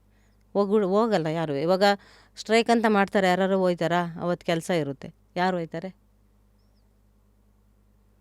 ಇದು ಹೆಂಗಂದರೆ ವ್ಯವಸ್ಥೆನೇ ಹೇಗಿದೆ ಅಂದರೆ, ನಾನೇ ಹೋಗ್ತೀನಿ ಮೇಡಮ್, ನಾನು ಹೋಗ್ತೀನಿ. ಇವಾಗ ನಾಳೆ ಕೆಲಸಕ್ಕೆ ಹೋಗಬೇಕು. ಇವತ್ತು ಸ್ಟ್ರೈಕ್ ಆಯ್ತು, ಬನ್ನಿ ಗಾರ್ಮೆಂಟ್ಸ್ ಕಾರ್ಮಿಕರ ದಿನಾಚರಣೆ ಆದಮೇಲೆ ಸ್ಟ್ರೈಕ್ ಎಲ್ಲರೂ ಅಂತ ಇರುತ್ತೆ. ಯಾರು ಹೋಗಿರ್ತೀವಿ? ಅವತ್ತು ರಜೆ ಕೊಟ್ಟಿರ್ತಾರೆ, ಯಾರು ಹೋಯ್ತೀವ? ನಾಳೆ ಬೆಳಗ್ಗೆ ಅದೇ ಫ್ಯಾಕ್ಟ್ರಿ ಕೆಲಸಕ್ಕೆ ಹೋಗ್ಬೇಕಲ್ಲ. ಈ ಸರ್ಕಾರದಿಂದಲೇ ಏನಾದರೂ ಆ ಒಂದು ಮಹಿಳೆಯರಿಗೋಸ್ಕರ ಎಲ್ಲೆಲ್ಲಿ ಗಾರ್ಮೆಂಟ್ಸ್ ಕೆಲಸಗಳು ಇರ್ತವೆ ಅಲ್ಲಿಗೆಲ್ಲವ ಸೇಫ್ಟಿಯಾಗಿ ಒಬ್ಬರನ್ನ ನೇಮಿಸಿದರೆ ಯಾರು ಏನು ಮಾಡ್ತಾರೆ ಅವ್ರನ್ನೆಲ್ಲ ಅಬ್ಸರ್ವ್ ಮಾಡ್ಕೋಬೇಕು ಅವರು. ಇವತ್ತು ಈಗ ಏನೇನು ಬದಲಾವಣೆಗಳಾಗಬೇಕು? ನಾನು ನಿನ್ನೆ ನಿಮ್ಮನ್ನು ಇವತ್ತು ಕರೆಸ್ತೀನಿ ಶೋಗೆ ಅಂತ, ನಾನು ಬ್ಯಾಡ್ಮಿಂಟನ್ ಆಡೋಕ್ಕೆ ಹೋಗ್ತೀನಿ ಇಲ್ಲೇ ಕೂಡ್ಲು ಹತ್ರ. ಫುಲ್ ಫ್ಯಾಕ್ಟ್ರಿ ಏರಿಯಾ ಅದು, ಸುತ್ತಮುತ್ತ ಎಲ್ಲ ಗಾರ್ಮೆಂಟ್ಸ್ ಎಲ್ಲ ನೋಡಿದೆ. ಒಂದು ಲೇಡಿ ಗಾರ್ಮೆಂಟ್ಸಿಂದ ಆಚೆಗೆ ಬರ್ತಾಯಿದ್ರು, ಬ್ಯಾಗಿಗೆಲ್ಲ ಚೆಕ್ ಮಾಡಿಸ್ಕೊಂಡು ಬರ್ತಾಯಿದ್ರು. ಸೊ ಇವತ್ತಿಗೂ ಅದೇ ಇವಾಗಲೂ ಅದೇನು ಚೆಕ್ ಮಾಡೋ ಮಾಮೂಲಿ ಇರುತ್ತೆ. ಯಾಕೆಂದರೆ ಏನಾದರೂ ತಗೊಂಡು ಹೋಗ್ತಾರೆ. ಏನು ತೊಗೋಬೋದು? ಇಲ್ಲಾಂದರೆ ಬಟನ್ಗಳ ಬಟನ್ನು, ಜಿಪ್ಪು, ಥ್ರೆಡ್ಡು, ಅಕಸ್ಮಾತ್ ಚಿಕ್ಕದಾಗಿ ಫ್ರಾಕ್ಗಳು, ಮಕ್ಕಳು ಫ್ರಾಕು, ಚಡ್ಡಿಗಳು, ಶಾರ್ಟ್ಸ್ ಎಲ್ಲ ಓಡಿದರೆ ಈಗ ಲೇಡೀಸ್ದು ಓಡ್ತಾ ಇರ್ತವೆ ಯಾವುದ್ಯಾವುದೋ ಫ್ಯಾಕ್ಟ್ರಿಗಳಲ್ಲಿ. ಫ್ಯಾಷನ್ನಾಗಿ ಚಿಕ್ಕದಾಗಿರೋದು ಬಾಕ್ಸ್ಗೆ ಇಡೋ ಥರನೂ ಇರುತ್ತೆ. ಬಾಕ್ಸ್ಗೆ ಇಡೋ ಥರ ಟಾಪ್ಗಳೆಲ್ಲ ಆಗಿದೆಯಾ? ಆಗಿದೆ. ಸೆಕ್ಯೂರಿಟಿಗಳಿಗೆಲ್ಲ ಸಿಗಾಕೊಂಡಿರ್ತಾರೆ. ಯೂಶಲಿ ಹಂಗಾದಾಗ ಏನು ಮಾಡ್ತಾರೆ? ಹಂಗಾದ್ರೆ ಸೆಕ್ಯೂರಿಟಿ ಅಥವಾ ವಾರ್ನಿಂಗ್ ಕೊಡ್ತಾರಾ? ವಾರ್ನಿಂಗ್ ಕೊಡ್ತಾರೆ. ಗಂಡಸರಾದರೆ ಹಿಂಸೆ ಕೊಟ್ಟಿರ್ತಾರೆ. ಅಂದರೆ ಹೊಡಿಯೋದು, ಬಡಿಯೋದು. ಅಯ್ಯೋಯ್ಯೋ. ಹುಡುಗರು ನಿಜವಾಗ್ಲೂ ಅವ್ರೇನು ಲೈಂಗಿಕ ಕಿರುಕುಳ ಇರುತ್ತೆ ಮೇಡಮ್. ಯಾರು ಹೇಳ್ಕೊತಾರೆ? ಈಗ ನಾನು ಹೇಳ್ಕೊಂಡ್ರೆ ಆಗುತ್ತಾ? ಅದೇ ಕಥೆನೇ. ಇವಾಗ ನಾನು ನನ್ನ ಫ್ರೆಂಡು ಅಂತ ಹೇಳ್ಕೊತೀನಿ. ಅವಳು ಹಂಗೆ ಮಾಡಿದ್ನಂತೆ ಕಣೆ, ಇವಳಿಗೆ ಹಿಂಗೆ ಮಾಡಿದ್ನಂತೆ ಕಣೆ ಅಂತ ಎಲ್ಲರಿಗೂ ಹೇಳ್ಕೊಬತ್ತಾರೆ. ಅಷ್ಟೇ ಬಿಟ್ಟರೆ ಪರಿಹಾರ ಏನಿಲ್ಲ. ಅದಕ್ಕೆ ನುಂಗ್ಕೊಬಿಡ್ತಾರೆ. ನನ್ನ ಮರ್ಯಾದೆ ನಾನೇ ಕಳ್ಕೊಬೇಕು? ಎಲ್ಲರೂ ಒಳ್ಳೆಯರೇ ಇರ್ತಾರೆ ಮೇಡಮ್ ಗಾರ್ಮೆಂಟ್ಸಲ್ಲಿ ಕೆಲಸ ಮಾಡೋರು. ಗಂಡಸ್ರು ಎಲ್ಲರೂ ಅಣ್ಣ ತಮ್ಮದಿರಾಗೆ ಇರ್ತಾರೆ. ಎಲ್ಲರೂ ಅಕ್ಕ ತಂಗಿ ಇರ್ತಾರೆ. ನೋಡಿದ್ರೆ ಹೆಂಡ್ತಿರಾಗಾರ ಯಾರು ಅಂತ ಕೇಳೋರು ಇರಲ್ವಾ ಮೇಡಮ್? ಅಬ್ಬಾ. ಯಾರು ಅಕ್ಕ ತಂಗಿ ಇರ್ತಾರೆ, ತಾಯಿ ಥರ ನೋಡ್ತಾರೆ. ಈ ಕಡೆ ಹೋದರೆ ಹುಲಿ, ಆ ಕಡೆ ಹೋದರೆ ಕರಡಿ, ಈ ಕಡೆ ಹೋದರೆ ಹಾವು, ಸಿಂಹ, ಕೆಳಗೆ ನೀರು, ಮೇಲೆ ಏನೋ ಹೇಳ್ತಾರೆ ಬೆಂಕಿ. ಆ ಥರ ಜೀವನ ಗಾರ್ಮೆಂಟ್ಸ್ ಅಂದರೆ ಈ ಲೇಡೀಸ್ ಎಲ್ಲಿ ಕೆಲಸ ಮಾಡ್ತೀವಿ ಅಲ್ಲೆಲ್ಲ ಸಾಮಾನ್ಯ ಈ ಥರ ಇದ್ದೇ ಇರುತ್ತೆ ಮೇಡಮ್, ಇಲ್ದಲ್ಲೇ ಇರಲ್ಲ. ಇಷ್ಟೆಲ್ಲ ಅದರಲ್ಲೂ ಗಾರ್ಮೆಂಟ್ಸ್ ಇಲ್ಲೇ ಈಸಬೇಕು, ಇದು ಜಯಿಸಬೇಕು ಅಂತಾರಲ್ಲ, ಅವೆಲ್ಲ ಹೆಂಗೆ ಮಾಡಿ ಈಗ ಜೀವನ ಮಾಡಬೇಕು ಅಂದರೆ ಇವಾಗ ನಾನು ಈ ಗಾರ್ಮೆಂಟ್ಸಲ್ಲಿ ಕೆಲಸ ಮಾಡೋ ಜಗಳ ಮಾಡ್ಕೊಂಡು ಬೇರೆ ಗಾರ್ಮೆಂಟ್ಸ್ಗೆ ಹೋದ್ರೆ ಇಲ್ಲಿ ಕೆಲಸ ಮಾಡೋರು ಅಲ್ಲಿ ಇದ್ದೇ ಇರ್ತಾರೆ ಮತ್ತದೇ ಅಲ್ವಾ. ಅದೇ ಎಲ್ಲ ಇಂಡಸ್ಟ್ರಿನೇ ಚೇಂಜ್ ಮಾಡ್ಬೇಕು ನೀವು. ಹ್ಞೂ ಇವತ್ತಿನ ಕಾಲ, ಇವತ್ತು ಸ್ವಿಗ್ಗಿ ಝೊಮ್ಯಾಟೊ ಎಲ್ಲ ಬಂದ್ಬಿಟ್ಟು ಇವತ್ತು ದುಡಿಯೋಕೆ 100 ರೂಪಾಯಿಗಳಿದೆ ಇವತ್ತು. ಎಲ್ಲ ಒಂದು ಕಡೆ ನಿಮ್ಗೆ ಅನ್ಸತ್ತೆ ಅವತ್ತೆಲ್ಲ ಈ ಥರದ್ದೆಲ್ಲ ಇದ್ದಿದ್ರೆ ಎಲ್ಲ ಇಳಿದ್ಬಿಡ್ತಾಯಿದ್ರು ಹೆಣ್ಮಕ್ಳು ಆಚೆಗೆ ಅಂತ. ಇವಾಗಲೂ ಯಾರು ಹೇಳಿದ್ದಾರೆ ಮೇಡಮ್? ಎಲ್ಲ ಎಲ್ಪ್ ಇದ್ರೂ ಯಾರು ಗಾರ್ಮೆಂಟ್ಸಿಂದ ಆಚೆ ಬಂದಿದ್ದಾರೆ? ಯಾಕೆ ಬರಲ್ಲ ಇವರು? ಎಲ್ಲಿ ಬಂದಿದ್ದಾರೆ? ಕೆಲವ್ರು ಬಂದಿದ್ದಾರೆ, ಅಂದರೆ ಅಲ್ಲೊಂದು ಇಲ್ಲೊಂದು ಅಷ್ಟೇ. ನಾನು ಈಗ ನಮ್ಮ ಶೋನಲ್ಲೇ ಒಬ್ಬರು ಬಂದಿದ್ರು ಲೇಡಿ, ಅವ್ರು ಅಮೆಝಾನಿಗೆ ಕೆಲಸ ಮಾಡ್ತಾರೆ. ಚೆನ್ನಾಗಿ ದುಡಿತಾ ಇದ್ದಾರೆ ಅಂತ ಹೇಳಿದ್ರು. ಒಂದು ದಿನಕ್ಕೆ 1000 ರೂಪಾಯಿ ದುಡಿತಾರೆ ಅಂದ್ರೂ ಎಲ್ಲಿ ಗಾರ್ಮೆಂಟ್. ಯಾರಾದರೂ ಒಬ್ರು ಗಾಡಿ ಓಡ್ಸೋಕೆ ಬರೋರು ಬರ್ತಾರೆ, ನಮ್ಮಂಥರೆಲ್ಲ ಗಾಡಿ ಕಲ್ತಿರಕ್ಕಲ್ಲ, ಏನಿಲ್ಲ. ಪ್ರಾಬ್ಲಮ್ ಅಂದರೆ ಅಲ್ಲಲ್ಲೇ ಗೋಡೆಗಳಿದೆ, ಅದನ್ನು ಏರ್ತೀನಿ ಮುಂದಕ್ಕೆ ಹೋಗ್ತೀನಿ ಅಂತ ಧೈರ್ಯ ಮಾಡಬೇಕು. ಧೈರ್ಯ ಮಾಡ್ತಾ ಇಲ್ಲ. ಮತ್ತು ಸಾಕ್ಬಿಡು. ಮತ್ತು ಇನ್ನೊಂದು ಕಂಫರ್ಟ್ ಝೋನ್ ಇಸ್ ಎನಿಮಿ ಅಂತಾರೆ.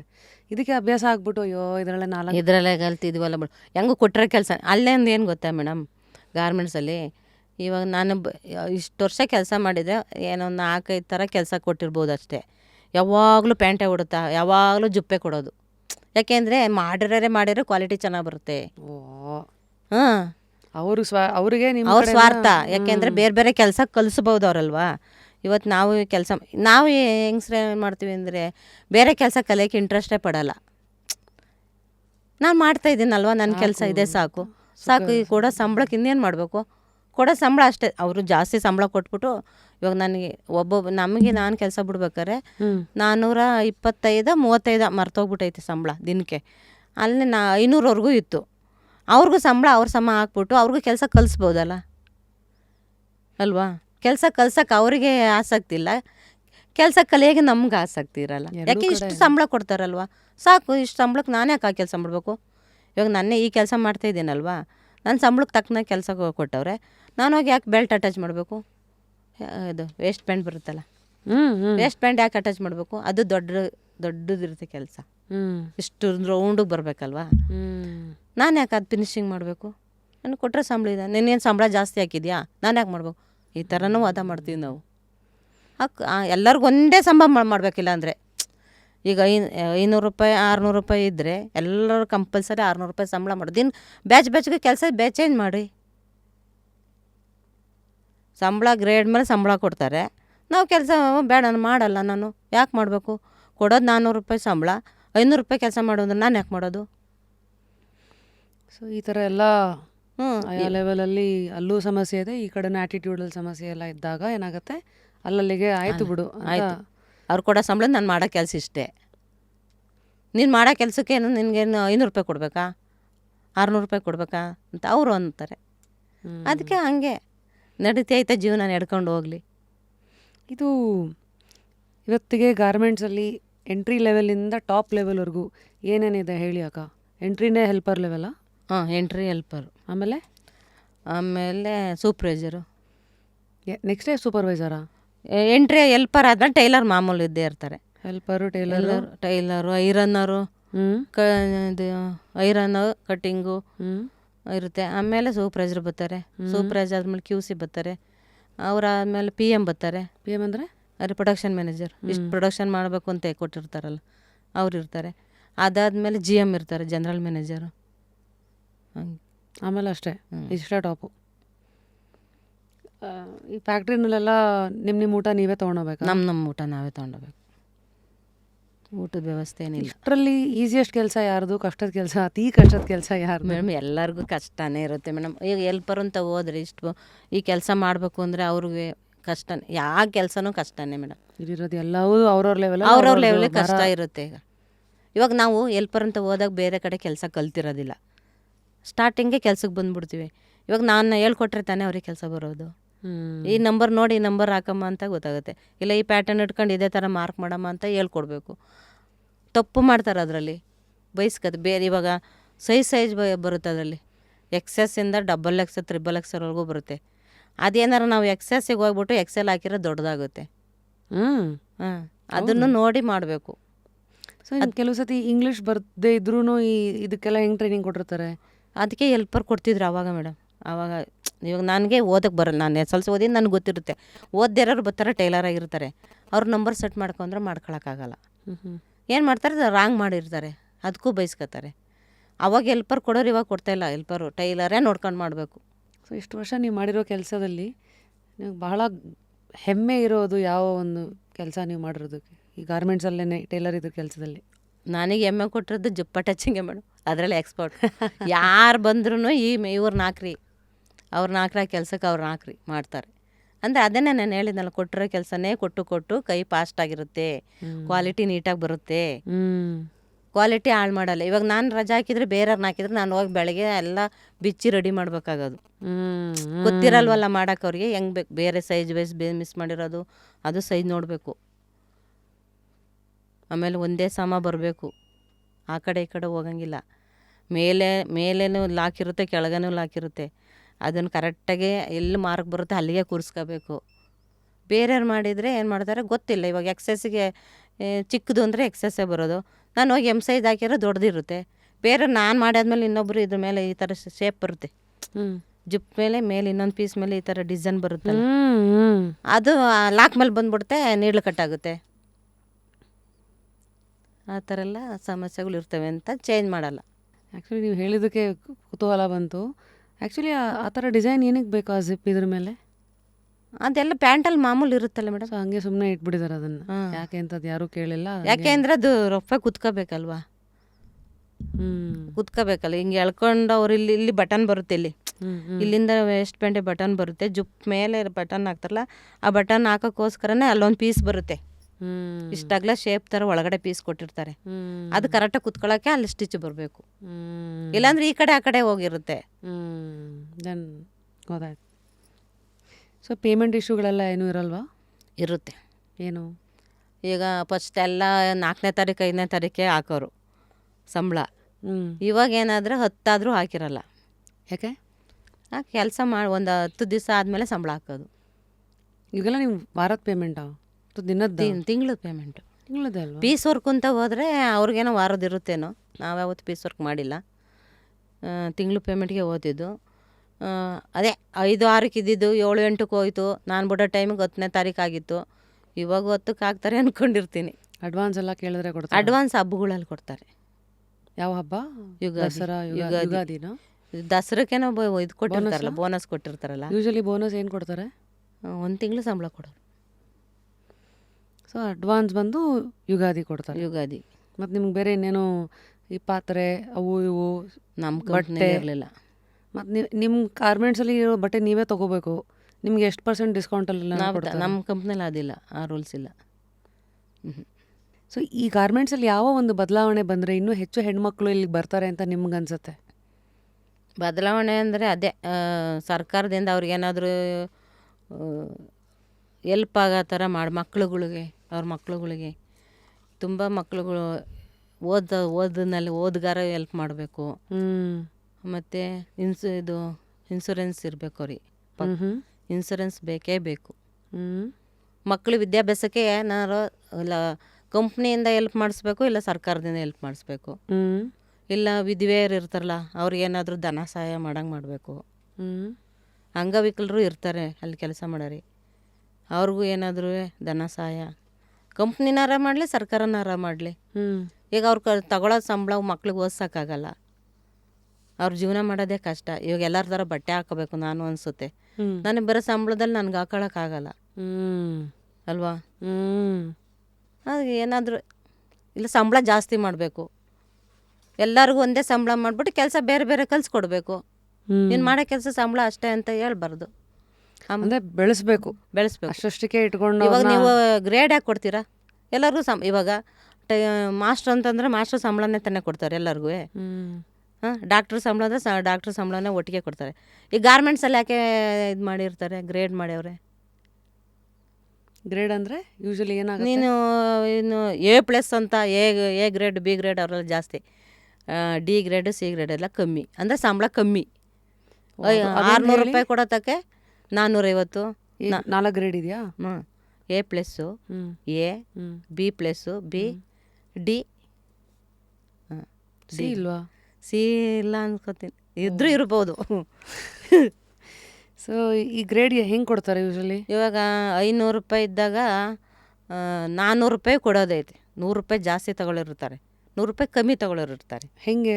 ಎಕ್ಸ್ಪೀರಿಯನ್ಸಾ ಅಥವಾ ಕೆಲಸ ಕ್ವಾಲಿಟಿನಾ? ಕ್ವಾಲಿಟಿ. ಆಮೇಲೆ ಅವ್ರ ಕೆಲಸ ನೋಡ್ತಾರೆ. ಇವಾಗ ಹೋಗಿದ್ದ ದಿವಸ ಏನಾರು ಒಂದು ಕೆಲಸ ಕೊಟ್ಟಿರ್ತಾರೆ, ಹ್ಮ್ ತಗೊಂಡೆ ದೊಡ್ಡ ಕೆಲಸನೇ ಕೊಟ್ಟಿರ್ತಾರೆ, ಮಾಡಲ್ಲ ಅವ್ರು ಅಂದ್ಕೊಳ್ಳಿ. ಆವಾಗ ತಗೊಬಂದು ಎಂಥದ್ದು ಒಂದು ಸಣ್ಣ ಕೆಲಸ ಕೊಡ್ತಾರೆ, ಸಣ್ಣ ಸಂಬಳ ಹಾಕ್ತಾರೆ. ಹಿಂದೆ ತಿರುಗಿ ನೋಡಿದ್ರೆ ಇಷ್ಟು ದೂರ ಬಂದಿದ್ದೀರಿ. 25 ವರ್ಷದ ನಿಮ್ಮ ಹಳೆಯ ಆ, ನಿಮಗೆ ನೀವೇನಾದರೂ ಒಂದು ಅಡ್ವೈಸ್ ಕೊಟ್ಕೊಳ್ಳೋದಾದರೆ ಏನು ಹೇಳಕ್ಕೆ ಇಷ್ಟಪಡ್ತೀರಾ ನಿಮಗೆ ನೀವೇ? ನಾನು ಗಾರ್ಮೆಂಟ್ಸಿಗೆ ಹೋಗಿ ಕೆಲಸ ಮಾಡಿದೆ, ನನಗೆ ಒಂಥರ ಖುಷಿ. ಇಷ್ಟು ದಿನ ಅಷ್ಟೆಲ್ಲ ಟಾರ್ಚರ್ ಮಾಡ್ಕೊಂಡು ಮಾಡಿದ್ದೀನಲ್ಲ, ಗ್ರೇಟ್ ಅನ್ಕೋತೀನಿ, ನಾನೇ ಗ್ರೇಟು. ಕೆಲವು ಸತಿ ಇಷ್ಟೆಲ್ಲ ಆತ್ಮವಿಶ್ವಾಸ ಇರಲಿ, ತೇದಿದ್ದೀರ ಲಿಟ್ರಲಿ. ಕೆಲವು ಸತಿ ಸೋತಾಗ ಯಾವ ಮನೋಭಾವನೆಯಿಂದ ಮತ್ತೆ ಜೀವನನ ಎದುರಿಸಿ ನಿಂತಿದ್ದೀರಿ? ಸೋತಾಗ ನೆನ್ತಿ ಗಾರ್ಮೆಂಟ್ಸಲ್ಲಿ ಬೈಸ್ಕೊಂಡಿದ್ರು ನಾನು ಮನೆಗೆ ಹೋಗಿ ಹೇಳ್ಕೊತಾ ಇರಲಿಲ್ಲ. ಯಾಕೆ ಅಲ್ಲೂ ಟಾರ್ಚರ್ ಬಂದಿರ್ತೀನಿ. ಇವಾಗ ಮನೇಲಿ ಇಲ್ಲಿ ಮನೇಲಿ ಎಷ್ಟು ಕೆಲಸ ಇರುತ್ತೆ. ಒಬ್ಬ ಮಹಿಳೆ ಆದರೆ ಮನೆಗೆ ಹೋಗು, ಬಟ್ಟೆ ತೊಳಿ. ಅವಾಗೆಲ್ಲ ವಾಷಿಂಗ್ ಮಿಷಿನ್ ಇರಲಿಲ್ಲ, ಕೈಲೇ ಬಟ್ಟೆ ತೊಳಿ. ಅಲ್ಲೂ ಅಷ್ಟೇ ಕೆಲಸ ಇರುತ್ತೆ, ಇಲ್ಲೂ ಅಷ್ಟೇ ಟಯರ್ಡ್ ಆಗಿರುತ್ತೆ. ಹೋಗಿ 5 ನಿಮಿಷ ಕೂತ್ಕೊಳ್ಳೋಕ್ಕಾಗಲ್ಲ ನಮಗೆ. ತಿನ್ನೋಕ್ಕೂ ಟೈಮ್ ಇರಲ್ಲ ಮೇಡಮ್. ಬೆಳಗ್ಗೆ ಹೊತ್ತು ನಾನು ಹೇಳಿದ್ನಲ್ಲ, 30 ವರ್ಷ ನಾನು ಬೆಳಗ್ಗೆ ಟಿಫನ್ ಮಾಡಿಲ್ಲ. ಓಡು ಓಡು ಓಡು ನಡಿಬೇಕು. 5 ನಿಮಿಷ ಲೇಟಾದರೆ ಬೈತಾರೆ ಮ್ಯಾನೇಜರು, ಸೂಪ್ರೈಸರು ಬೈತಾರೆ ಅನ್ನೋದು. ತಿಂತ ಕೂತ್ಕೊಂಡ್ರೆ 10 ನಿಮಿಷ ಇಲ್ದಲ್ಲೇ ತಿನ್ನೋಕ್ಕಾಗುತ್ತಾ? 10 ನಿಮಿಷದಲ್ಲಿ ಅಲ್ಲಿ ಹೋಗ್ಬಿಡ್ಬೋದು ಅಲ್ಲಿ ಕೆಲಸಕ್ಕೆ. ಅಯ್ಯೋ, ನಾನೊಬ್ಬಳೇ ಆ ಥರ ಮಾಡಿಲ್ಲ, ಎಲ್ಲರೂ ಆ ಜೀವನನೇ ಮಾಡಿರ್ತಾರೆ. ಹಂಗಾಗಿ ಇದೇ ಒಂದು ಜೀವನದಲ್ಲಿ ಏನಾದ್ರು ಗೆಲ್ಲಬೇಕು ಅನ್ನೋ ಒಂದು ಹಠಾನ, ಇದೆಲ್ಲ ಏನೇ ಆದರೂ ನುಂಗ್ಕೊಂಡು ಗೆಲ್ಲಬೇಕು ಅನ್ನೋ ಆಟ ಇರೋದಕ್ಕೆ 25 ವರ್ಷ ಗಾರ್ಮೆಂಟ್ಸಲ್ಲಿ ಕೆಲಸ ಮಾಡಿ ಸಂಸಾರ ಸಾಗಿಸ್ಕೊಂಡು ಬಂದಿದ್ದೀವಿ. ಮಧ್ಯದಲ್ಲೆಲ್ಲೂ ಊರು ಸುತ್ತಲಿಲ್ವಾ? ಎಲ್ಲೂ ಸುತ್ತಿಲ್ಲ, ಯಾವ ಟ್ರಿಪ್ ಇಲ್ಲ. ದಿಂಡ್ರು ಏನೋ ಒಂದು 3 ದಿವಸ ರಜೆ ಸಿಕ್ತಾಗ ಎಲ್ಲರೂ ದೇವ್ರ ಪರ್ಗೆ ಹೋಗಿರ್ತೀವಿ ಅಷ್ಟೇ. ಯಾವ ಟ್ರಿಪ್ಪು ಇಲ್ಲ, ಯಾವ ಇದು ಇಲ್ಲ. ಹೋಗಿ ಗಾರ್ಮೆಂಟ್ಸು ಮನೆ, ಗಾರ್ಮೆಂಟ್ಸು ಮನೆ. ಗಾರ್ಮೆಂಟ್ಸಿಗೆ ಹೋಗೋದೇ ಕೈಲಾಸನೇ ಆಗಿದೆ ನಿಮ್ಗೆ. ಅವರೇ ಒಂದು 2 ದಿವಸ ರಜಾ, ಒಂದು ದಿವಸ ಎಲ್ಲ ಮಾಡಿಸ್ಕೊಂಡು ಒಂದು ಸಂಡೆಗೆ ಒಂದು 4 ಸಂಡೆ ಮಾಡಿಸ್ಕೊಂಡು ಒಂದು 4 ದಿನ ಟ್ರಿಪ್ ಕರ್ಕೊಂಡು ಹೋಗ್ಬೋದು. ಗಾರ್ಮೆಂಟ್ಸಿಂದಲೇ ಕರ್ಕೊಬೋದು. ಅಷ್ಟೆಲ್ಲ ನಾವು ಅವರಿಗೆ ಇದು ಸಂಪಾದನೆ ಮಾಡಿರ್ತೀವಿ, ಅವರಿಗೆ ಆದಾಯ ಆಗಿರುತ್ತಲ್ವ ಮೇಡಮ್. ಹೋಗಲಿ, ವರ್ಷಕ್ಕೊಂದ್ಸಲ ಯಾರನ್ನಾರು ಚೆನ್ನಾಗಿ ಕೆಲಸ ಮಾಡೋರನ್ನೇ ಕರ್ಕೊಂಡು ಹೋಗ್ಲಿ ಬಿಡಿ. ಅವ್ರಿಗೆ ಎಂಜಾಯ್ ಮಾಡಿಸ್ಕೊಂಬರ್ಲಿ ಕರ್ಕೋಗಿ. ಅವರು ಬೀಚ್ ನೋಡಬೇಕು ಅಂತ ಆಸೆ ಇರುತ್ತೆ, ದೇವ್ರು ನೋಡಬೇಕು ಅಂತ ಆಸೆ ಇರುತ್ತೆ, ಒಂದ್ಸಲ ಏರೋಪ್ಲೇನಲ್ಲಿ ಹೋಗ್ಬೇಕು ಅಂತ ಆಸೆ ಇರುತ್ತೆ.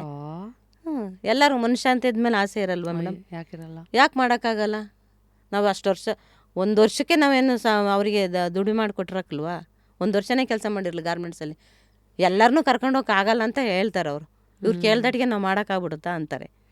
ಇಲ್ಲ, ಕರೆಕ್ಟಾಗಿ ಕೊಡೋದನ್ನು ಜಾಸ್ತಿ ದುಡ್ಡು ಕೊಟ್ಟು ಅವ್ರವ್ರ ಲೈಫ್ ನೋಡ್ಕೊಳ್ಳಿ ಅಂತ ರಜೆಗಳು ಕೊಟ್ಟು ಬಿಟ್ಬಿಡ್ಬೇಕು. ಇಲ್ಲ, ಈ ಕಡೆ ಮಾಡಿಸ್ಕೊಂಡು ಒಂದು ಹೋಗ್ರಿ, ನೀವೇ ನಿಮ್ಮ ಖರ್ಚಲ್ಲಿ ಏನಾದ್ರು ನೀವೇನು ಮಾಡ್ಕೊತೀರಿ? ಟ್ರಿಪ್ಗೆ ಹೋಯ್ತೀರಾ, ಒಂದು ಊರಿಗೆ ಹೋಯ್ತೀರಾ, ನಿಮ್ಮ ಬಂಧು ಬಳಗ ಮನೆಗೆ ಹೋಯ್ತೀರಾ, ಒಂದು 4 ದಿವಸ ಇದ್ದುಬಿಟ್ಟು ಬರ್ರಿ ಅಂತ ಒಂದು 4 ದಿನ ರಜೆ ಕೊಡಬೇಕು.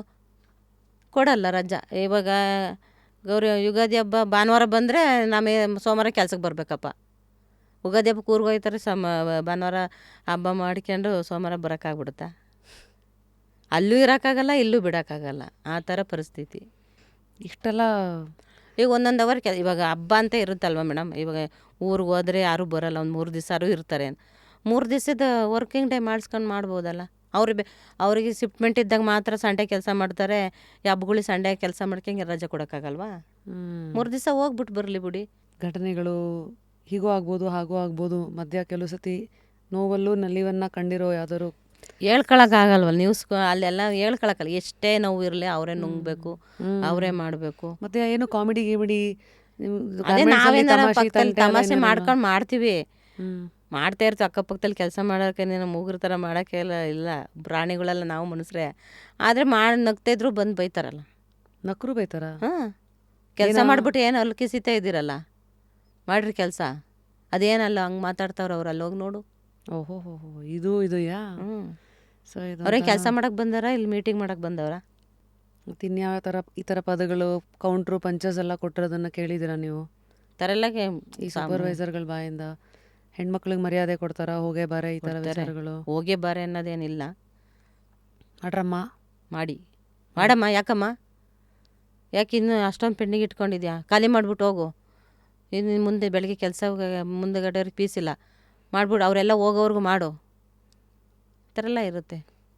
ಕೆಟ್ಟ ಮಾತುಗಳೆಲ್ಲ ಇವತ್ತಿಗೆ ಆ ಕಲ್ಚರ್ ಕಮ್ಮಿ ಆಗಿದೆಯಾ? ಕಮ್ಮಿ ಆಗಿದೆ ಇವಾಗ, ಆ ಥರ ಕೆಟ್ಟ ಮಾತೇನಿಲ್ಲ.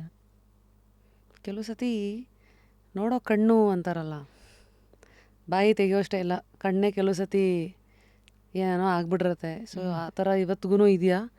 ಕೆಲವು ಸತಿ ನೋಡಿದ್ದೀನಿ, ಕೆಲವ್ರು ಇರ್ತಾರೆ ಮೇಲಿಂದ ಕೆಳಗವರೆಗೂ ಸ್ಕ್ಯಾನ್ ಮಾಡೋದು. ಇದ್ದಾರೆ ಮೇಡಮ್, ಇರ್ತಾರೆ.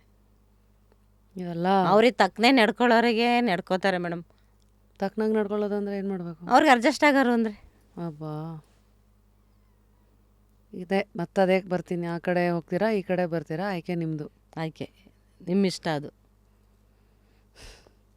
ಇಷ್ಟೆಲ್ಲ ರಿಯಾಲಿಟಿ ಕೇಳಿದ್ಮೇಲೆ ನನಗೀಗ ಯಾವ ಬಾಯಿನಲ್ಲಿ ಕೇಳಲಿ, ಗಾರ್ಮೆಂಟ್ಸಿಗೆ ಸೇರ್ಕೊಳ್ಳೋ ಹೆಣ್ಮಕ್ಳಿಗೆ ಏನು ಅಡ್ವೈಸ್ ಕೊಡ್ತೀರಾ ಅಂತ ಕೇಳೋಣ ಅಂತಿದ್ದೆ. ಧೈರ್ಯವಾಗಿ ಮಾಡಬೇಕು ಮೇಡಮ್. ಇವಾಗ ನಾವೆಲ್ಲ ಮಾಡಿದ್ದೀವಿ, ಇರ್ತಾರೆ. ಅದಕ್ಕೆ ಧೈರ್ಯ ಅಂದರೆ ಏನು? ಧೈರ್ಯ ಅಂದರೆ ಅವ್ರು ಏನು ಕೇಳಿದ್ರು ನಾವು ಆನ್ಸರ್ ಮಾಡ್ಕೋಬೇಕು, ನಮ್ಮ ಕೆಲಸ ನಾವು ಮಾಡಬೇಕು. ಕೆಲಸಕ್ಕೆ ಅಂತ ಬಂದಿದ್ದೀವಿ ನಾವು, ಜೀವನಕ್ಕೆ ಅಂತ ಬಂದಿದ್ದೀವಿ, ಮಾಡ್ಕೋಬೇಕು. ಅದರಲ್ಲೇನು ಕೆಟ್ಟದೇ, ಎಲ್ಲ ಕೆಟ್ಟದೇ ಇರುತ್ತೆ ಅಂತ ಹೇಳೋಕ್ಕಾಗಲ್ಲ. ನಾವು ಉಪಯೋಗಿಸೋ ಥರ ನಮ್ಮಲ್ಲಿ ಇರೋದದು. ನಾವು ಕೆಲಸ ಮಾಡಿದ್ದೆ ಅವಾಗಿಂದ, ಮಾಡಿಲ್ವಾ? ಎಂತೆಂಥವು ಬಂದವೆ, ಹೇಳ್ಕೊಳ್ಳೋ ಅಂಥ ಪರಿಸ್ಥಿತಿ ಬಂದಿರುತ್ತೆ ನಮಗೆ ಅಲ್ವಾ? ನಾವು ಅದನ್ನು ಧೈರ್ಯ ಮಾಡಿದ್ದೀವಿ, ನಾವು ಫೇಸ್ ಮಾಡಿದ್ವಿ, ಅದಕ್ಕೆಲ್ಲ ತಗ್ಲಾಕೊಂಡಿಲ್ಲ ನಾವು. ಹೌದಾ? ಹೌದು. ಅಂದರೆ ಆ ಥರದ್ದೆಲ್ಲ ನಡೀತಾವೆ ಮೇಡಮ್. ಧೈರ್ಯ ಮಾಡಬೇಕು. ಹೆಣ್ಮಕ್ಳು ಎದ್ರುಕೊಂಡು ಹೋದ್ರೆ ಗಾರ್ಮೆಂಟ್ಸಲ್ಲಿ ಎಲ್ಲ ಕೆಟ್ಟವರೇ ಇರ್ತಾರೆ ಅಂತ ಹೇಳಲ್ಲ. ನಾವು ಲೂಸ್ ಕೊಟ್ಟರೆ ತಾನೇ ಅವರು ಕೆಟ್ಟರಾಗೋದು. ಧೈರ್ಯದಿಂದ ಫೇಸ್ ಮಾಡಲಿ. ಇವಾಗ ಅವನು ಆ ಥರ ಮಾಡ್ತಾರಾ, ಹಿಡ್ಕೊಂಡು ಬಾರಿಸ್ಲಿ. ಸೊ ಸ್ಟಿಚ್ಚು ಹಾಕಬೇಕಾಗಿರೋದು ಬಟ್ಟೆಗೆ ಅಷ್ಟೇ ಅಲ್ಲ, ಮಕ್ಕಕ್ಕೆ ಹಾಕ್ಲಿ, ಅವ್ರಿಗೇನೆ. ಅಂದರೆ ನೀವು ಕೆಲವು ಸತಿ ನಮ್ಮ ನಡವಳಿಕೆಗೂ ನಾವು ಹೆಂಗಿರಬೇಕು ಅಲ್ಲೂ ಒಂದು ಕರೆಕ್ಟ್ ಸ್ಟ್ರೈಟ್ ಸ್ಟಿಚ್ ಹಾಕಿದ್ರೆ ಯಾರು ಮಾಡೋಕ್ಕಾಗಲ್ಲ. ಧೈರ್ಯ ಇರಬೇಕು. ಎಲ್ಲರೂ ಅದೇ ಥರ ಇರ್ತಾರಲ್ಲ, ನೋಡಬೇಕು ಯಾವ ಮನುಷ್ಯ ಯಾವ ಥರ ಇರ್ತಾನೆ. ಆ ಮನುಷ್ಯ ಸರಿ ಇಲ್ವಾ, ಅವನ ಹತ್ರ ನಾವು ಯಾಕೆ ಅಲ್ಲಿ ಕಿಸ್ಕೊಂಡು ಮಾತಾಡಬೇಕು? ನಮ್ಮ ಕೆಲಸ ಏನು ಕೆಲಸ ಕೊಟ್ಟಿದ್ದಾರೆ, ಸೂಪ್ರೈಸರ್ ಕೆಲಸ ಏನು ಹೇಳಿರ್ತಾರೆ. ಇವಾಗ PM ನಮಗೆ ಕೆಲಸ ತೋರಿಸ್ತಾರೆ, ಸೂಪ್ರೈಸರ್ ತೋರಿಸಲ್ಲ. PM ನಮಗೆ ಕೆಲಸ ಹೇಳ್ಕೊಡೋದು. ನಮ್ಗೆ ಏನು ಕೆಲಸ ಹೇಳ್ಕೊಟ್ಟಾರೆ ಆ ಕೆಲಸ ಮಾಡು. 10 ಪೀಸ್ ಮಾಡೋಕ್ಕಾಗಲ್ವಾ ಸರ್, ನಮಗಿದು ಮಾಡೋಕ್ಕಾಗಲ್ಲ, ಇವ್ರು ಈ ಥರ ಮಾಡ್ತಾಯಿದ್ದಾರೆ, ಇದಕ್ಕೆ ನೋಡಿ ನೀವೇನು ಇದು ನೀವು ಕುತ್ಕೊಂಡು ಅದನ್ನು ಕೇಳಿ, ನೀವು ಕುತ್ಕೊಂಡು ಮಾಡಿ ನೋಡಿ ಒಂದ್ಸಲಿ ಗೊತ್ತಾಗುತ್ತೆ ಅಂತಲೂ ಹೇಳಿದ್ದೀನಿ ನಾನು ಕುತ್ಕೊಂಡು ಮಾಡೋಕೆ ಯಾಕೆ ನಿನ್ನ ತಗೋಬೇಕಾಯ್ತು ಕೆಲಸಕ್ಕೆ ಅಂತಲೂ ಅಂತಾರೆ. ಸೊ ಗೈಸ್, ಇಷ್ಟೆಲ್ಲ ಇವತ್ತಿನ ಮಾತಿನ ಇದು ಉದ್ದೇಶ. ನೆಕ್ಸ್ಟ್ ಟೈಮ್ ನಾವು ಹಾಕೊಳ್ಳೋ ಬಟ್ಟೆ ಹಿಂದೆ ಪರ್ಫೆಕ್ಟಾಗಿದೆಯಾ, ಸ್ಟಿಚ್ಚು ಚೆನ್ನಾಗಿದೆಯಾ, ಫಿಟ್ಟು ಅಂತ ನೋಡೋ ಒಂದು ಭಾವನೆಯ ಹಿಂದೆ ಎಂತೆಂಥವರ ಸ್ಟ್ರಗಲ್ ಇದೆ, ಎಂತೆಂಥವರ ಜೀವನದ ಏನಂತಾರೆ ಹೊಟ್ಟೆಪಾಡಿಗೋಸ್ಕರ ನುಂಗಿರೋ ಕಷ್ಟಗಳಿದೆ, ಇವೆಲ್ಲ ಕಣ್ಮುಂದೆ ಬರಬೇಕು. ನಾನು ಹೇಳೋದು ಹೆಣ್ಮಕ್ಳಿಗೆ ಏನಂದರೆ, ಯಾರು ಕೆಲಸಕ್ಕೆ ಗಾರ್ಮೆಂಟ್ಸ್ಗೆ ಹೋಗೋಕ್ಕೆ ಹೆದರಬೇಡಿ, ಹೋಗಿ ಧೈರ್ಯವಾಗಿ ಕೆಲಸ ಮಾಡಿ. ನಾನು ಮಾಡೋ ಕೆಲಸಕ್ಕೆ ಇಷ್ಟು ಸಂಬಳ ಸರಿ ಹೋಗುತ್ತಾ ನೋಡ್ಕೊಳ್ಳಿ, ಇಲ್ಲ ಆಗಲಿಲ್ಲ ಮುಂದೆ ಇನ್ನೊಂದು ಗಾರ್ಮೆಂಟ್ಸ್ ಇರುತ್ತೆ, ಹೋಗಿ. ಸೊ ನಿಮ್ಗೆ ಇಲ್ಲಿಂದ ಅಲ್ಲಿ ಕೆಲಸಗಳಿಗೆ ಓಪನಿಂಗ್ ಇದೆ ಅಂತ ಹೆಂಗೆ ಗೊತ್ತಾಗತ್ತಕ್ಕ? ಅಂದರೆ ಗೊತ್ತಾಗ್ಬಿಡುತ್ತಾ ಅಲ್ಲಿದೆ ಇಲ್ಲಿದೆ ನೋಡ್ಕೊಂಡು ಹೋಗ್ತೀವಲ್ಲ, ನಾವೇ ಕೆಲಸ ಕೇಳ್ಕೊಂಡು ಹೋಗ್ತೀವಲ್ಲ, ಅಲ್ಲೆಲ್ಲ ವಾಂಟೆಡ್ ಹಾಕಿರ್ತಾರೆ. ಕರೋನಾ ಟೈಮಲ್ಲೆಲ್ಲ 30% ಅಷ್ಟು ಗಾರ್ಮೆಂಟ್ ವರ್ಕರ್ಸ್ ಕರ್ನಾಟಕದಲ್ಲಿ ಕೆಲಸಗಳನ್ನು ಕಳ್ಕೊಂಡ್ರು, ಮತ್ತು ಅನ್ಪೇಯ್ಡ್ ಲೀವ್ಗೂ ಹಾಕಿದ್ರು ಅಂತ ಇದೆ. ಸೊ ನಿಮ್ಗೇನಾರು ಎಫೆಕ್ಟ್ ಆಯ್ತಾ ಅಕ್ಕ? ಆಗಿತ್ತು. ಕೆಲಸ ಕರ್ಕೊಂಡಾಗ ಏನು ಸಂಬಳ ಕೊಡಲಿಲ್ಲ ಅದರಲ್ಲಿ. ಅವಾಗ 1.5 ತಿಂಗಳು ಮನೇಲಿದ್ವಲ್ಲ, ಸಂಬಳ ಇಲ್ಲ. ಮತ್ತು ನೀವೆಲ್ಲ ದುಡ್ಡುಗಳನ್ನು ಎಲ್ಲಿ ಉಳಿಸ್ಕೋತೀರಾ? ಚೀಟಿ ಗಿಟಿ ಕಟ್ತೀರಾ? ಚಿನ್ನನ ಯಾವ ಚಿನ್ನ ತಗೊಳ್ಳೋದು, ಯಾವ್ದು ಮಾಡೋದು ಮೇಡಮ್? ಜೀವನ ಮಾಡೋದೇ ಕಷ್ಟ ಆಗಿರುತ್ತೆ. ಏನೋ ಒಂದು 500 ರೂಪಾಯಿ ಆಡ್ಕೊಂಡು, ಏನೋ ಕಷ್ಟ ಬಿದ್ದು ಒಂದು 2,000 ರೂಪಾಯಿದು ಚೀಟಿ ಪಾಟಿ ಹಾಕ್ಕೊಂಡು ಮಾಡ್ಕೊಂಡಿರ್ತೀವಿ. ಅದು ಕಟ್ಟೋಕ್ಕೂ ಒಂದೊಂದ್ಸಲಿ ಕಷ್ಟ ಆಗಿರುತ್ತೆ. ಕೆಲವು ಈ ಚೀಟಿ ಡೇಂಜರಸ್ ಅಂತ ಗೊತ್ತಿದ್ರೂ ಕೆಲವು ಸತಿ ಕಷ್ಟಪಟ್ಟು ದುಡಿದಿರೋ ದುಡ್ಡನ್ನು ಮತ್ತೆ ಅಷ್ಟೊಂದು ಸುಲಭವಾಗಿ ಕಳ್ಕೊಳ್ಳೋ ಕೆಲವು ಪ್ರಯತ್ನಗಳು ಅಂತ ಅನ್ಬೋದಾ? ಆಗಿದೆ. ಯಾಕೆ ಈ ಚೀಟಿ ಸಹವಾಸ? ಯಾಕೆಂದರೆ ಇವಾಗ ಒಂದು 2,000 ರೂಪಾಯಿ ಚೀಟಿ ಕಟ್ಟಿರೋ ಅಲ್ಲಿರುತ್ತೆ ಅನ್ನೋ ಒಂದು ಆಸೆಯಿಂದ ಕಟ್ತೀವಿ. ಆ 2,000 ರೂಪಾಯಿನ ನಾವೇ ಕಟ್ಟಿಲ್ಲ ಅಂದರೆ ಎಲ್ಲ ಅದು ತಗೋ ಇದು ತಗೋ ಅಂತ ಹೇಳ್ಬಿಟ್ಟು ಖರ್ಚು ಮಾಡ್ತೀವಲ್ಲ ಅನ್ನೋ ಒಂದು ಆಸೆಯಿಂದ ಹಾಕ್ತಾರೆ. ಬ್ಯಾಂಕ್ಗೆ ಹಾಕೋಬೋದಲ್ಲ? ಬ್ಯಾಂಕಲ್ಲಿ ಬಡ್ಡಿ ಒಂದು ಈಗ ಎಷ್ಟು 20 ಚೀಟಿ ಅಂದರೆ 15 ಚೀಟಿ ಓಡುತ್ತೆ, ಆ ಥರ ಮಿಕ್ಕುತ್ತಲ್ಲ ಅನ್ನೋ ಒಂದು ಆಸೆ ಇರುತ್ತೆ. ಕೊನೆದು 5ಏನೋ ಡಿಪ್ಪಲ್ಲಿ ಹೆಸರು ಬಂದ್ಬಿಡ್ಬೋದು, ಬೇಗ ಆಗ್ಬಿಡುತ್ತೆ ಅನ್ನೋದು ಈಗ 20 ಜನ ಇರುತ್ತೆ ಅಂತ 20 ತಿಂಗ್ಳಿಗೆ ಚೀಟಿ 2 ಸಾವಿರ ಕಟ್ಟೋದೇ 20 ಸಾವಿರನೇ ಅಂದ್ಕೊಳ್ಳಿ. 20 ತಿಂಗಳಿದ್ರೆ ಅದು ಎಕ್ಸ್ಟ್ರಾ ಓಡಿರುತ್ತಲ್ಲ ಮೇಡಮ್. 5 ಚೀಟಿ 15 ತಿಂಗ್ಳಿಗೆ ಕಟ್ತೀವಿ, ಇನ್ನು 5 ಚೀಟಿ 10 ಸಾವಿರ ರೂಪಾಯಿ ಮಿಕ್ಕುತ್ತಲ್ಲ, ಅದೇ ಆ ಥರ. ಏನಂದರೆ ಈ ರಿಸ್ಕಾ ಆ ರಿಸ್ಕಾ ಸೇಫ್ ಆಗಬೇಕಾ ಅಥವಾ ಏನೋ ಅಂತ ಹಿಂಗಾಗಿರುತ್ತೆ. ಸರಿ, ಮತ್ತು ಇವತ್ತು ತಾಂತ್ರಿಕತೆ ಮುಂದಕ್ಕೆ ಹೋಗಿ ನೀವು ಆವಾಗಲೇ ಕಂಪ್ಯೂಟರ್ ಫೀಡ್ ಆಗಿರೋ ಸ್ಟಿಚಸ್ ಅಂತೆಲ್ಲ ಹೇಳಿದ್ರಿ. ಇವತ್ತು ಒಂದು AI ಬೇಸ್ಡ್ ಸಿಸ್ಟಮ್ ಎಲ್ಲ ಬಂದು 1 ನಿಮಿಷಕ್ಕೆ ಎಷ್ಟು ಸ್ಟಿಚ್ ಹಾಕಿರುತ್ತೆ ಅವೆಲ್ಲ ಟ್ರ್ಯಾಕ್ ಮಾಡ್ಬೋದು ಮಾಡ್ತಾರೆ. ಅದಕ್ಕೆ ಬಂದು ಅದೇ ಒಂದು ಸ್ಟಿಚ್ ಮಾಡಿ ಇನ್ನೊಂದು ಸ್ಟಿಚ್ ಮಾಡೋಕ್ಕೊಬ್ರು ಟೈಲರ್ ಕೊಡ್ತಿದ್ರು ಅವಾಗ ಅಂತ ಹೇಳಿದ್ನಲ್ಲ. ಅದನ್ನು 1 ನಿಮಿಷಕ್ಕೆ ಇಷ್ಟು ಪೀಸ್ ಮಾಡ್ತಾರೆ. ಇಷ್ಟೊಂದು ಇವರು ಈಗ 60 ಪೀಸ್ ಪ್ರೊಡಕ್ಷನ್ ಕೇಳಿದ್ರೆ 120 ಮಾಡ್ತಾ ಇರ್ತಾರಲ್ಲ, ಒಂದೇ ಕೆಲಸ 120 ಮಾಡ್ತಾರಲ್ಲ. ಬೇಡ, ಇವರು ಒಂದೇ ಕೆಲಸ 120 ಬೇಡ, 80 ಮಾಡಲಿ, 2 ಕೆಲಸನೂ ಇವರೇ ಮಾಡಲಿ ಅಂತ ಹೇಳಿ ಎಲ್ಲ ಚೇಂಜ್ ಮಾಡಿದ್ದಾರೆ.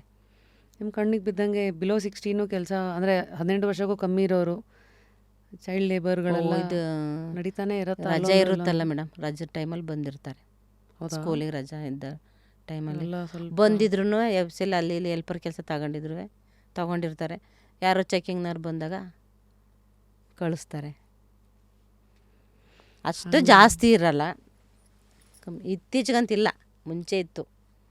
2000 ಇಸ್ವಿಯಿಂದ 2003 ಹಿಂಗಿತ್ತು. ಇತ್ತೀಚೆಗೆ ಚೈಲ್ಡ್ ಎಲ್ಲ ಕೆಲಸಕ್ಕೆ ತೊಗೋಬಾರ್ದು ಅಂತ ಯಾವಾಗ ರೂಲ್ಸ್ ಆಯಿತು ಅವಾಗಿಂದ ಇಲ್ಲ. ಸರ್, ನಿಮ್ಮ ಪ್ರಕಾರ ಬೆಂಗಳೂರಿನಲ್ಲಿ 1200ಕ್ಕೂ ಹೆಚ್ಚು ಗಾರ್ಮೆಂಟ್ಸ್ ಇದೆ. ಬೆಸ್ಟ್ ಗಾರ್ಮೆಂಟ್ಸ್ಗಳು ಒಂದ್ರ ಮೇಲೆ ಒಂದ್ರ ಪಕ್ಕ ಒಂದು ಇರೋವಂಥ ಏರಿಯಾ ಅಂದರೆ ಯಾವುದು? ಪೀಣ್ಯನೇನಾ? ಪಿಣ್ಯ. ಆಮೇಲೆ ಇದೆ ಅಂತ ಹೇಳ್ತಾರೆ ಬೊಮ್ಮಸಂದ್ರ, ನಮ್ಮ ಮನೆ ಹತ್ರನೇ. ಆ ಕಡೆ ಕೂಡ್ಲು, ಬೊಮ್ಮಸಂದ್ರ ಅದೆಲ್ಲ ಫುಲ್ ಇಂಡಸ್ಟ್ರಿಯಲ್ ಏರಿಯಾಸ್ ಅಲ್ಲ. ಬೊಮ್ಮಸಂದ್ರ ಏರಿಯಾ. ಗಾರ್ಮೆಂಟ್ಸಲ್ಲಿ ಹೈಯೆಸ್ಟ್ ಸಂಬಳ ಏನು ತೊಗೋಬೋದು? ಸೂಪರ್ ಅಂದರೆ GMಗೆ ಅವ್ರಗಳ್ದೆಲ್ಲ ಫುಲ್ ಗೊತ್ತಿರುತ್ತೆ ನಿಮಗೆ, ಯಾರ್ದು ಎಷ್ಟು ಸಂಬಳ ಏನು? ಇಲ್ಲ, ನಾನಿದ್ದಾಗ 80 ಲಕ್ಷ ಇರೋರು ಇದ್ದರು. 80,000 ತಿಂಗಳಿಗಿರೋರು ಈ ಥರ. ಸೊ ಅಷ್ಟೆಲ್ಲ ಆಯಿತು. ಕೊನೆಯದಾಗಿ ಥ್ಯಾಂಕ್ ಯು ಅಕ್ಕ, ಶೋಕ್ ಬಂದು ಒಂದು ಗಾರ್ಮೆಂಟ್ಸಲ್ಲಿರೋರ್ದು ಜೀವನ, ದಿನಚರಿ, ಕಲ್ತಂಥ ಪಾಠಗಳು, ಸೋಲನ್ನು ಎದುರಿಸಿರೋ ರೀತಿ, ಜೀವನದಲ್ಲಿ ಹಿಡಿದಿರುವ ಹಠ, ನೀವು ಗೆದ್ದು ನಿಂತು ಇಲ್ಲಿವರೆಗೂ ಒಂದು ಕಥೆ ಆಗಿದ್ದೀರಿ, ಒಂದು ಸ್ಫೂರ್ತಿ ಆಗಿದ್ದೀರಿ ಎಷ್ಟೋ ಜನ ಹೆಣ್ಮಕ್ಳಿಗೆ. Thank you. ನಿಮಗೆ ಹೆಂಗೆ ಅನ್ನಿಸ್ತು ನಮ್ಮ ಜಸ್ಟ್ ಕ್ಯೂರಿಯಸ್? ಇಂಥ ಜಸ್ಟ್ ಕ್ಯೂರಿಯಸ್ಗೆ ತುಂಬ ಸಾಧನೆ ಮಾಡಿರೋನೆಲ್ಲ ಕರೆಸಿ ನನಗೂ ಚೆನ್ನಾಗಿ ಖುಷಿ ಆಯಿತು. ನಾನು ಕಷ್ಟಪಟ್ಟಿದ್ದು ಹೇಳ್ಕೊಂಡಿದ್ದಕ್ಕೂ ಖುಷಿ ಆಯಿತು. ನನ್ನಂಥ ಮಹಿಳೆಯರು ಧೈರ್ಯವಾಗಿ ಗಾರ್ಮೆಂಟ್ಸಲ್ಲೆಲ್ಲ ಕೆಲಸ ಮಾಡಲಿ, ಯಾವುದೇ ಏರಿಯಾದಲ್ಲಾಗಲಿ ಹೆಣ್ಮಕ್ಳು ಯಾವುದಕ್ಕೂ ಭಯಪಡಬಾರ್ದು, ಏನಕ್ಕೂ ಭಯಪಡಬಾರ್ದು. ಇಲ್ಲಿ ಬಂದು ನೀವು ಕರೆದು ಮಾತಾಡಿಸಿದ್ದು ನನಗೆ ತುಂಬಾ ಖುಷಿ ಆಯಿತು. ನೀವು ಚೆನ್ನಾಗಿ ನನಗೆ ಎಲ್ಲ ಕೇಳಿದ್ರಿ ಏನೇನು ಅಂತ. ನಾನು ಸರಿಯಾಗಿ ಹೇಳಿದ್ದೀನೋ ಬಿಟ್ಟಿದ್ದೋ ಅದು ಗೊತ್ತಿಲ್ಲ. ತುಂಬ ಚೆನ್ನಾಗೇ ಎಲ್ಲವನ್ನು ಇದ್ದದ ಹಾಗೆ ಹೇಳಿದಿರಿ. ಆ್ಯಂಡ್ ಸಾಕಷ್ಟು ವಿಚಾರಗಳನ್ನು ಹೇಳ್ದೇನೂ ಹೇಳಿದಿರಿ. ಆ್ಯಂಡ್ ಐ ಗೆಸ್ ಇದರಿಂದ ಮುಂದೆ ನಮಗೂ ಇವತ್ತು ಗೊತ್ತಾಯಿತು, ನಾವು ಹಾಕೊಳ್ಳೋ ಪ್ರತಿಯೊಂದು ಬಟ್ಟೆ ಹಿಂದೆ, ಪರ್ಫೆಕ್ಟ್ ಸ್ಟಿಚ್ನ ಹಿಂದೆ ಇರುವಂಥ ಒಂದು ಇಂಪರ್ಫೆಕ್ಟ್ ಜರ್ನಿ ಆಗಿರಲಿ, ನಿಮ್ಮನ್ನು ನಾವು ಹೇಗೆ ಗೌರವಿಸಬೇಕು, ಈ ಇಂಡಸ್ಟ್ರಿಗೆ ಬರಬೇಕಂತಿರೋರು ಏನೇನು ಮಾಡಬೇಕು ಎಲ್ಲನೂ ಹೇಳಿದ್ದೀರಾ ಅಕ್ಕ. ಸೊ ಮತ್ತು ಈಗ ಮುಂದೆ ಜೀವನದಲ್ಲಿ ಏನು ಎದುರು ನೋಡ್ತಾ ಇದ್ದೀರಾ, ಏನು ಹುಡುಕ್ತಾ ಇದ್ದೀರಾ ಜೀವನದಲ್ಲಿ? ಖುಷಿ ಹುಡುಕ್ತಾ ಇದ್ದೀನಿ, ಸಂತೋಷ ಹುಡುಕ್ತಾ ಇದ್ದೀನಿ.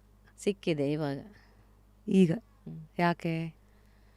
ಯಾಕೆಂದರೆ ಯಾವಾಗಲೂ ಗಾರ್ಮೆಂಟ್ಸಲ್ಲಿ ಕೆಲಸ, ಒಂದು TV ನೋಡೋಂಗಿಲ್ಲ, ಒಂದು ಮಕ್ಳ ಜೊತೆ ಆಟ ಆಡೋಂಗಿಲ್ಲ.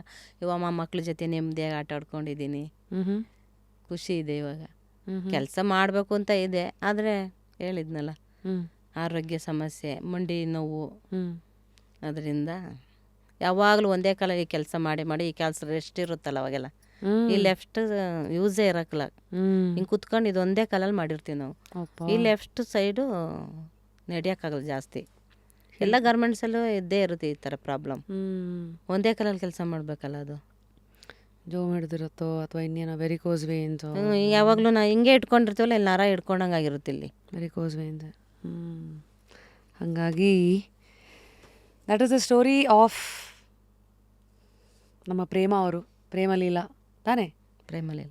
ನಾನು ನಿಮ್ಮ ಕಥೆನಲ್ಲಿ ಎಷ್ಟು ಕಳೆದೋಗಿದ್ದೀನಿ ಅಂದರೆ ಐಮ್ ಲೈಕ್ ಕರೆಕ್ಟಾಗಿ ಹೆಸರು ಹೇಳೋಣ ಏನಪ್ಪ ಅಂತ. ಸೊ ಬರೀ ದುಡ್ಡಿಗೋಸ್ಕರ ದುಡ್ದಿಲ್ಲ, ಈ ಒಂದು ಕ್ಷೇತ್ರದಲ್ಲಿ ಹಠಕ್ಕೋಸ್ಕರ, ಗೌರವಕ್ಕೋಸ್ಕರ, ಅವರ ಜೀವನನ ಅವ್ರು ಕಟ್ಕೋಬೇಕು ಅನ್ನೋದಕ್ಕೋಸ್ಕರ one shift at a time, one batch at a time, ಒಂದು ಗಾರ್ಮೆಂಟ್ ಅಟ್ ಅ ಟೈಮ್, ಇಷ್ಟು ಅವರ ಒಂದು ಲೈಫ್ ಸ್ಟೋರಿ. ಮತ್ತು ಮನೇಲೆಲ್ಲ ಆರಾಮಲ್ವಾ ಅಕ್ಕ ಈಗ? ಯಜಮಾನ್ರು ಮಗ, ವೆರಿ ನೈಸ್. ಸೊ ಕೊನೆಯದಾಗಿ ನಿಮಗೊಂದು ಪುಸ್ತಕ ಕೊಡ್ಬೇಕು. ನಾವು ಪ್ರತಿ ಸತಿ ಇಲ್ಲಿ ಬರುವಂಥ ಗೆಸ್ಟ್ಗಳಿಗೆ ಒಂದು ಪುಸ್ತಕ ಕೊಡ್ತೀವಿ. ಪುಸ್ತಕ ಓದೋ ಅಭ್ಯಾಸ ಇಟ್ಕೊಂಡಿದ್ದೀರಾ? ಓದ್ತೀನಿ. ಅಂದರೆ ಕಾದಂಬರಿ ಓದ್ತಿದ್ದೀರಾ ಹೇಗೆ? ಕಾದಂಬರಿ ಏನು ಓದಲ್ಲ, ನ್ಯೂಸ್ ಪೇಪರ್ ಹಾಕ್ಸ್ಕೊತೀವಿ. ಹೌದಾ? ಯಜಮಾನ್ರು ಓದ್ತಾರೆ ಅವರು. ನಾನು ಅವಾಗ ನೋಡ್ತಾ ಇರ್ತೀನಿ. ಸೊ ಅಕ್ಕ, ಇಷ್ಟು ಹತ್ತಿರ ಬಂದ ನಿಮಗೆ ನಾವು ದೂರ ಸರಿದರು ಅಂತ ಒಂದು ಪುಸ್ತಕ ಕೊಡ್ತಾಯಿದ್ದೀವಿ. ಎಸ್.ಎಲ್. ಭೈರಪ್ಪನವರ ಒಂದು ಪುಸ್ತಕ. ಒಳ್ಳೊಳ್ಳೆ ಪುಸ್ತಕಗಳನ್ನು ಓದಿ ಒಳ್ಳೊಳ್ಳೆ ಆಲೋಚನೆಗಳನ್ನು ಹಾಕೋತಾ ಇರಿ. ಮತ್ತು ನೀವು 3 ವ್ಯಕ್ತಿತ್ವಗಳನ್ನು ನಾಮಿನೇಟ್ ಮಾಡಿ. ನಾವು ಯಾರನ್ನ ಕರೆಸ್ಬೇಕು ಶೋಗೆ? ರೈತ ಮಹಿಳೆ, ಹಾಂ, ಮತ್ತು ಗಾರೆ ಕೆಲಸ ಮಾಡೋ ಮಹಿಳೆ. ಓಹೋ. ಅವ್ರದ್ದು ಮಕ್ಕಳೆಲ್ಲ ಎತ್ಕೊಂಡು ತುಂಬ ಕಷ್ಟಪಡ್ತಾ ಇರ್ತಾರೆ. ಮತ್ತು BBMPಲಿ ಕೆಲಸ ಮಾಡ್ತಾರೆ, ನಮ್ಮ ಸ್ವಚ್ಛತೆ ಕಾಪಾಡ್ತಾರಲ್ಲ, ಅವ್ರನ್ನ ಕರೆಸಿ ಅಂತ. ಒಳ್ಳೆ ಸಜೆಷನ್ನು. ಡಿಯರ್ ಪ್ರೇಮಾಕ, ನೀವು ನೇರ ದಿಟ್ಟ ಮಹಿಳೆ. ನಿಮ್ಮ ಯುಕ್ತಿ ಇನ್ನಷ್ಟು ಮಹಿಳೆಯರಿಗೆ ಪುಷ್ಟಿ ಆ್ಯಂಡ್ ಶಕ್ತಿ ಆಗಲಿ. ನೆಮ್ಮದಿಯ ಜೀವನ ನಿಮ್ಮದಾಗಲಿ. ಸೊ ಐ ಗೆಸ್ ಪ್ರೇಮ ಅವರೇ, ನಿಮ್ಗೊಂದು ಮ್ಯೂಸಿಕ್ ಪಿಲ್ಲೋ ರಿಪೋಸ್ ಕಡೆಯಿಂದ ಥ್ಯಾಂಕ್ ಯು ಬಿಡ್ಲಾಕ. ಪ್ರೇಮ ಅವರ ಒಂದು ಜೀವನನ ಅವರು ಮೆಲುಕು ಹಾಕಿರೋ ಒಂದಷ್ಟು ವರ್ಷಗಳಲ್ಲಿ ಅವರು ಕಲ್ತಿರುವ ಪಾಠಗಳು, ಎದುರಿಸಿರುವ ಘಟನೆಗಳು, ಇದೆಲ್ಲದ್ರ ಮೂಲಕ ನೋಡಿದ್ವಿ. ಕೆಲವು ಸತಿ ಅನ್ಸತ್ತೆ, ಎಲ್ಲರದ್ದು ಲೈಫ್ ನೋಡಿದ್ರೆ ಒಬ್ಬೊಬ್ರದ್ದು ಒಂದೊಂದು ರೂಟು. ಯಾಕೆ ಇದನ್ನೆಲ್ಲ ಮಾಡಿರ್ತಾರೆ? ಒಂದು ಪರ್ಪಸ್ ಅನ್ನೋದು ಎಷ್ಟು ಇಂಪಾರ್ಟೆಂಟ್ ಅಲ್ವಾ ಲೈಫಲ್ಲಿ? ಯಾಕೆ ಮಾಡ್ತಾಯಿದ್ದೀವಿ ಇದನ್ನೆಲ್ಲ ಅನ್ನೋದಕ್ಕೆ ಒಂದು ಕಥೆನ ಹೇಳಿ ಇವತ್ತಿನ ಶೋನ ಮುಗಿಸ್ಬೇಕು. ಈ ಕಥೆ ಬಂದು ಈ ಮ್ಯಾನ್ಸ್ ಸರ್ಚ್ ಫಾರ್ ಮೀನಿಂಗ್ ಅಂತ. This is a story of Victor Frankl. ಈತ ಬೇಸಿಕ್ಲಿ ನಾಜಿ ಕಾನ್ಸಂಟ್ರೇಷನ್ ಕ್ಯಾಂಪ್ಸಲ್ಲಿ ಒಂದು ಜೂಯಿಷ್ ಸೈಕ್ಯಾಟ್ರಿಸ್ಟ್ ಆಗಿ ಅವರು ವಿಯೆನಾದಲ್ಲಿ ಈ ನಾಜಿ ಕ್ಯಾಂಪಲ್ಲೆಲ್ಲ ಇದ್ದಾಗ ಬಹಳ ನೋವಿಗೆ ಒಳಗಾದರು. ಅಂದರೆ ಅಲ್ಲಿ ಹೊಡೆಸ್ಕೊಳ್ಳೋದು, ಬಡಿಸ್ಕೊಳ್ಳೋದು, ಅವರನ್ನು ಹ್ಯುಮಿಲಿಯೇಷನ್ಗೆ ಈಡೇರಿಸಿದಾಗಿರಲಿ, ಇದೆಲ್ಲವನ್ನೂ ಎದುರಿಸಿ ಯಾವ್ಯಾವ ಥರ ಒಂದು ಕಾನ್ಸಂಟ್ರೇಷನ್ ಕ್ಯಾಂಪಲ್ಲಿ ಆಗಿತ್ತಂದರೆ ಸುತ್ತಮುತ್ತ ಇರೋ ಸ್ನೇಹಿತರು ಸತ್ತೋಗ್ತಾಯಿದ್ರು. ಇದೆಲ್ಲ ನೋಡಿದಾಗ ಕೆಲವು ಸತಿ ಅವ್ರಿಗೆ ಜೀವನದಲ್ಲಿ ಒಂದು ಹೋಪ್ ಅಂತ ಇರುತ್ತಲ್ಲ, ಅವೆಲ್ಲ ಕಳ್ಕೊಳ್ಳೋವಂಥ ಒಂದು ಸಂದರ್ಭದಲ್ಲಿ ಅವರು ಏನು ಮಾಡಿದ್ರು ಬೇರೆಯವ್ರಿಗೆ ಕಂಪೇರ್ ಮಾಡಿದ್ರೆ ಅಂದರೆ, ಅವರ ಒಂದು ಥಿಯರಿ ವಾಸ್ ಜೀವನದಲ್ಲಿ ಏನಾದರೂ ಒಂದು ಆಗತ್ತೆ, ಆಗೋದು ಇಂಪಾರ್ಟೆಂಟ್ ಅಲ್ಲ, ಆದಾಗ ನಾವು ಅದನ್ನು ಹೆಂಗೆ ತೊಗೊಂಡು ಅದಕ್ಕೆ ನಾವು ಹೇಗೆ ಸ್ಪಂದಿಸ್ತೀವಿ ಅನ್ನೋದು ಇಂಪಾರ್ಟೆಂಟು ಅನ್ನೋದನ್ನು ಒಂದು ಹೇಳ್ತಾರೆ. ಮತ್ತು ಎರಡನೇದು ಅಂದರೆ ನನಗೆ ಜೀವನದಿಂದ ಏನು ಬೇಕು ಅನ್ನೋದಕ್ಕಿಂತ ಜೀವನ ನನ್ನಿಂದ ಏನು ಎಕ್ಸ್ಪೆಕ್ಟ್ ಮಾಡ್ತಾ ಇದೆ ಅಂತ ಒಂದು ಪ್ರಶ್ನೆ, ಅದನ್ನು ಉಲ್ಟಾ ಕೇಳಿ ಅವರು ಆ ಥರದ ಒಂದು ಘಟನೆಯಲ್ಲೂ ಮುಂದೊಂದು ದಿವಸ ನಾವು ಆ ಥರ ಕಷ್ಟದಲ್ಲೂ ಏನೋ ಒಂದು ಒಳ್ಳೇದಾಗತ್ತೆ ಅಂತ ಆ ಥರ ಯೋಚನೆಗಳು ಮಾಡಿಕೊಂಡು ಆ ಥರ ಒಳ್ಳೇದಾಗೋದ್ರ ಬಗ್ಗೆನೇ ಯಾವಾಗಲೂ ಮಾನಸಿಕವಾಗಿ ಯೋಚನೆ ಮಾಡ್ತಾ ಅದನ್ನೆಲ್ಲ ಸಹಿಸ್ಕೊಂಡು ಒಂದಿನ ಆಚೆಗೆ ಬಂದು ಮುಂದೊಂದು ದಿವಸ ವಿಕ್ಟರ್ ಫ್ರ್ಯಾಂಕಲ್ ಅವರು ಮ್ಯಾನ್ಸ್ ಸರ್ಚ್ ಫಾರ್ ಮೀನಿಂಗ್ ಅಂತ ಒಂದು ಪುಸ್ತಕನೇ ಬರೀತಾರೆ. ಅಂದರೆ ಆ ಒಂದು ಪುಸ್ತಕ ಏನಿದೆ, it is a psychological study. ಇಡೀ ಪ್ರಪಂಚದಲ್ಲಿ ಸಾಕಷ್ಟು ಮನುಷ್ಯರನ್ನೇ ಬದಲಾಯಿಸಿದೆ. ಅಂದರೆ ನನಗೆ ಜೀವನದಿಂದ ಏನು ಬೇಕು ಬದಲು ಜೀವನ ನನ್ನಿಂದ ಏನು ಎಕ್ಸ್ಪೆಕ್ಟ್ ಮಾಡ್ತಾ ಇದೆ ಅನ್ನೋದನ್ನು ಅವ್ರು ಕೇಳಿದರು. ಇಂಗ್ಲೀಷಲ್ಲಿ ಇದನ್ನೇ ಹೇಳಬೇಕಂದ್ರೆ, what do I want from life ಬದಲು what does life expect from me. ಆ ಒಂದು ಚೇಂಜ್ ಇದೆಯಲ್ಲ ಪ್ರಶ್ನೆ is where all the secret of the purpose of life ಇರೋದು. ಸೊ ಕೊನೆಯದಾಗಿ ಒಂದು ಲೋಗೋಥೆರಪಿ ಅಂತ ಒಂದು ಇದನ್ನು ಕಂಡುಹಿಡ್ದಿದ್ದಾರೆ. ಅಂದರೆ ಇದ್ರ ಪ್ರಕಾರ ಮನುಷ್ಯ ಮೂಲವಾಗಿ ಹೊಡೆದಾಡೋದು ಒಂದು ಖುಷಿಗಲ್ಲ, ಒಂದು ಶಕ್ತಿಗೋಸ್ಕರ, ನಾನು ಈ ಒಂದು ಪೊಸಿಷನಲ್ಲಿದ್ದೀನಿ ಅಂತ ಪವರ್ಗೋಸ್ಕರನೂ ಅಲ್ಲ, ಆದರೆ ಕೊನೆಯದಾಗಿ ಒಂದು ಮೀನಿಂಗ್, ಒಂದು ತೃಪ್ತಿಗೋಸ್ಕರ ಅನ್ನೋದು ಇದ್ರದ್ದು ಒಂದು moral of the story. So ಈ ಥರ ಕಥೆಗಳನ್ನೆಲ್ಲ ಕೇಳಿದಾಗ ಒಂದು ನಾವು ಜೀವನನ ಹೇಗೆ ನೋಡ್ತಾ ಇದ್ದೀವಿ, ಕೆಲವು ಸತಿ ಎದುರಿಸಿರುವ ಘಟನೆಗಳಲ್ಲಿ ಕರೆಕ್ಟಾಗಿ ನಾವು ಕೇಳೋ ಪ್ರಶ್ನೆಗಳನ್ನು ಕೇಳಿದ್ದೀವ, ಅಥವಾ ಕೆಲವು ಸತಿ ಅಷ್ಟೆಲ್ಲ ಗೊತ್ತಾಗದೆ ಲೈಫೇ ಒಂಥರ ಎಳ್ಕೊಂಡು ಹೋಗಿರತ್ತಾ ಅಂತ ಈ ಥರ ಎಲ್ಲ ಪ್ರಶ್ನೆಗಳೆಲ್ಲ ಕೇಳಿಕೊಂಡು ಮತ್ತು ಈ ಥರ ಕಥೆಗಳನ್ನು ಕೇಳಿದ ಮೇಲೆ ಆದ್ರೂ ಏನೆಲ್ಲ ಬದಲಾವಣೆಗಳು ನಮ್ಮಲ್ಲಿ ನಾವು ತಂದ್ಕೊಂಡು ಮತ್ತೆ ಜೀವನನ ಒಂದು ಫ್ರೆಶ್ ಲೆನ್ಸಲ್ಲಿ ಹೇಗೆ ನೋಡ್ಬೋದು ಅನ್ನೋದನ್ನು ಹೇಳೋಕ್ಕೆ ಇಷ್ಟೆಲ್ಲ ಕಥೆಗಳನ್ನು ನಿಮ್ಮ ಮುಂದೆ ಮತ್ತೆ ಮೆಲ್ಕು ಹಾಕಿದ್ದೀನಿ. ಯಾಕೆಂದರೆ ಎಷ್ಟೋ ಜನ ಇವತ್ತು ಪುಸ್ತಕಗಳನ್ನು ಓದಲ್ಲ, ನಾವು ಮಾತಾಡೋ ವಿಚಾರಗಳನ್ನೇ ಗ್ರಹಿಸಿ ಕೇಳಿ ಕಲಿತು ಅಪ್ಲೈ ಮಾಡ್ಕೊಳ್ಳೋ ಒಂದು ಜಮಾನ ಇದು. That's why podcast are a big revolution ಅಲ್ವಾ ಇವತ್ತಿನ ದಿನಕ್ಕೆ. ಸೊ ಈ ಒಂದು ಕಥೆ ಆಗಿರಲಿ, ಅವರ ಒಂದು ಅನುಭವಗಳು ಏನು ಮಾಡ್ತು ನಿಮಗೆ ಕಮೆಂಟ್ ಸೆಕ್ಷನಲ್ಲಿ ತಿಳಿಸಿ. ಆ್ಯಂಡ್ ನಿಮ್ಮ ಆಹಾ ಮೊಮೆಂಟ್ಸ್, ಓಹೋ ನನಗನ್ಸುತ್ತೆ ಈ ಥರದ ವ್ಯಕ್ತಿತ್ವಗಳನ್ನೆಲ್ಲ ಮೀಟ್ ಮಾಡಿದಾಗ ಕೆಲವು ಸತಿ ಇವಾಗ ನಾವು ಪ್ರಶ್ನೆ ಹಾಕಬೇಕು. ಅಂದರೆ ನಾವಿರೋ ಜಾಗ ಇವತ್ತು ಹೇಗಿದೆ, ನಮಗಿರೋ ಸೌಕರ್ಯಗಳೇನು, ಕೆಲವು ಸತಿ ನಾವೆಲ್ಲದಕ್ಕೂ ಕೊರಗ್ತೀವಲ್ಲ, ನಾವು ಕರೆಕ್ಟಾಗಿರೋ ರೀಸನ್ ಕೊರಗ್ತಾ ಇದ್ದೀವ ಏನು ಅನ್ನೋದೆಲ್ಲ ಪ್ರಶ್ನೆಗಳು ಹುಟ್ಕೊಳ್ಳುತ್ತೆ. So until next time, of course ಕೊನೆಯ ಕೆಲಸ ನಿಮಗೆ ನಾನು ಕೊಡೋದು, ಕಮೆಂಟ್ ಸೆಕ್ಷನಲ್ಲಿ ತಿಳಿಸಿ ಯಾರನ್ನು ನೀವು ಈ ಕುರ್ಚಿನಲ್ಲಿ ನೋಡೋಕ್ಕೆ ಇಷ್ಟಪಡ್ತೀರಾ. ಈಗಾಗಲೇ ಗೊತ್ತಾಗಿರುತ್ತೆ, ಬರೀ ನಟರಲ್ಲ, ಬರೀ ಸ್ಪೋರ್ಟ್ಸ್ ಪರ್ಸ್ನಾಲಿಟೀಸ್ ಎಲ್ಲ ಆಗಲೇ ಜೀವನದಲ್ಲಿ ಅವರ ಕೆಲಸದ ಮೂಲಕ ಅಥವಾ ಅವರ ವ್ಯಕ್ತಿತ್ವದ ಮೂಲಕ ಪ್ರಪಂಚದ ಮುಂದೆ ಗುರುತಿಸ್ಕೊಂಡಿರೋರಷ್ಟೇ ಅಲ್ಲ, ಈ ತರಹದ ಎಷ್ಟೋ ಎಲೆಮರೆಕಾಯಿಗಳು ಸಮಾಜದಲ್ಲಿ ಅವರವರ ಲೆವೆಲಲ್ಲಿ ಇನ್ಸ್ಪಿರೇಷನ್ ಆಗಿ ಬದುಕಿ ತೋರಿಸಿರೋರು ಯಾರನ್ನು ಬೇಕಾದರೂ ನಾಮಿನೇಟ್ ಮಾಡಿ. ಅಂಟಿಲ್ ನೆಕ್ಸ್ಟ್ ಟೈಮ್, ನಾನು ನಿಮ್ಮ rapid Rashmi, signing out of just curious Kannada. And just curious English ಕೂಡ ಲಾಂಚ್ ಆಗಿದೆ. ನಮ್ಮ ಜಸ್ಟ್ ಕ್ಯೂರಿಯಸ್ ಇಂಡಿಯಾ ಲಾಂಚ್ ಆಗಿದೆ, which is just curious English and Hindi podcast.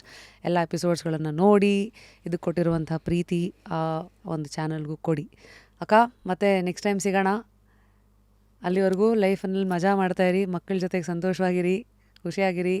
ಇನ್ನೊಂದಷ್ಟು ಹೆಣ್ಮಕ್ಳಿಗೆ ಸಿಕ್ಕಿದ ಕಡೆ ಅವ್ರಿಗೆ ಸ್ಫೂರ್ತಿ ತುಂಬ್ತಾಯಿರಿ, ಧೈರ್ಯ ಹೇಳ್ತಾಯಿರಿ. ನಮಸ್ತೆ. ನಮಸ್ತೆ.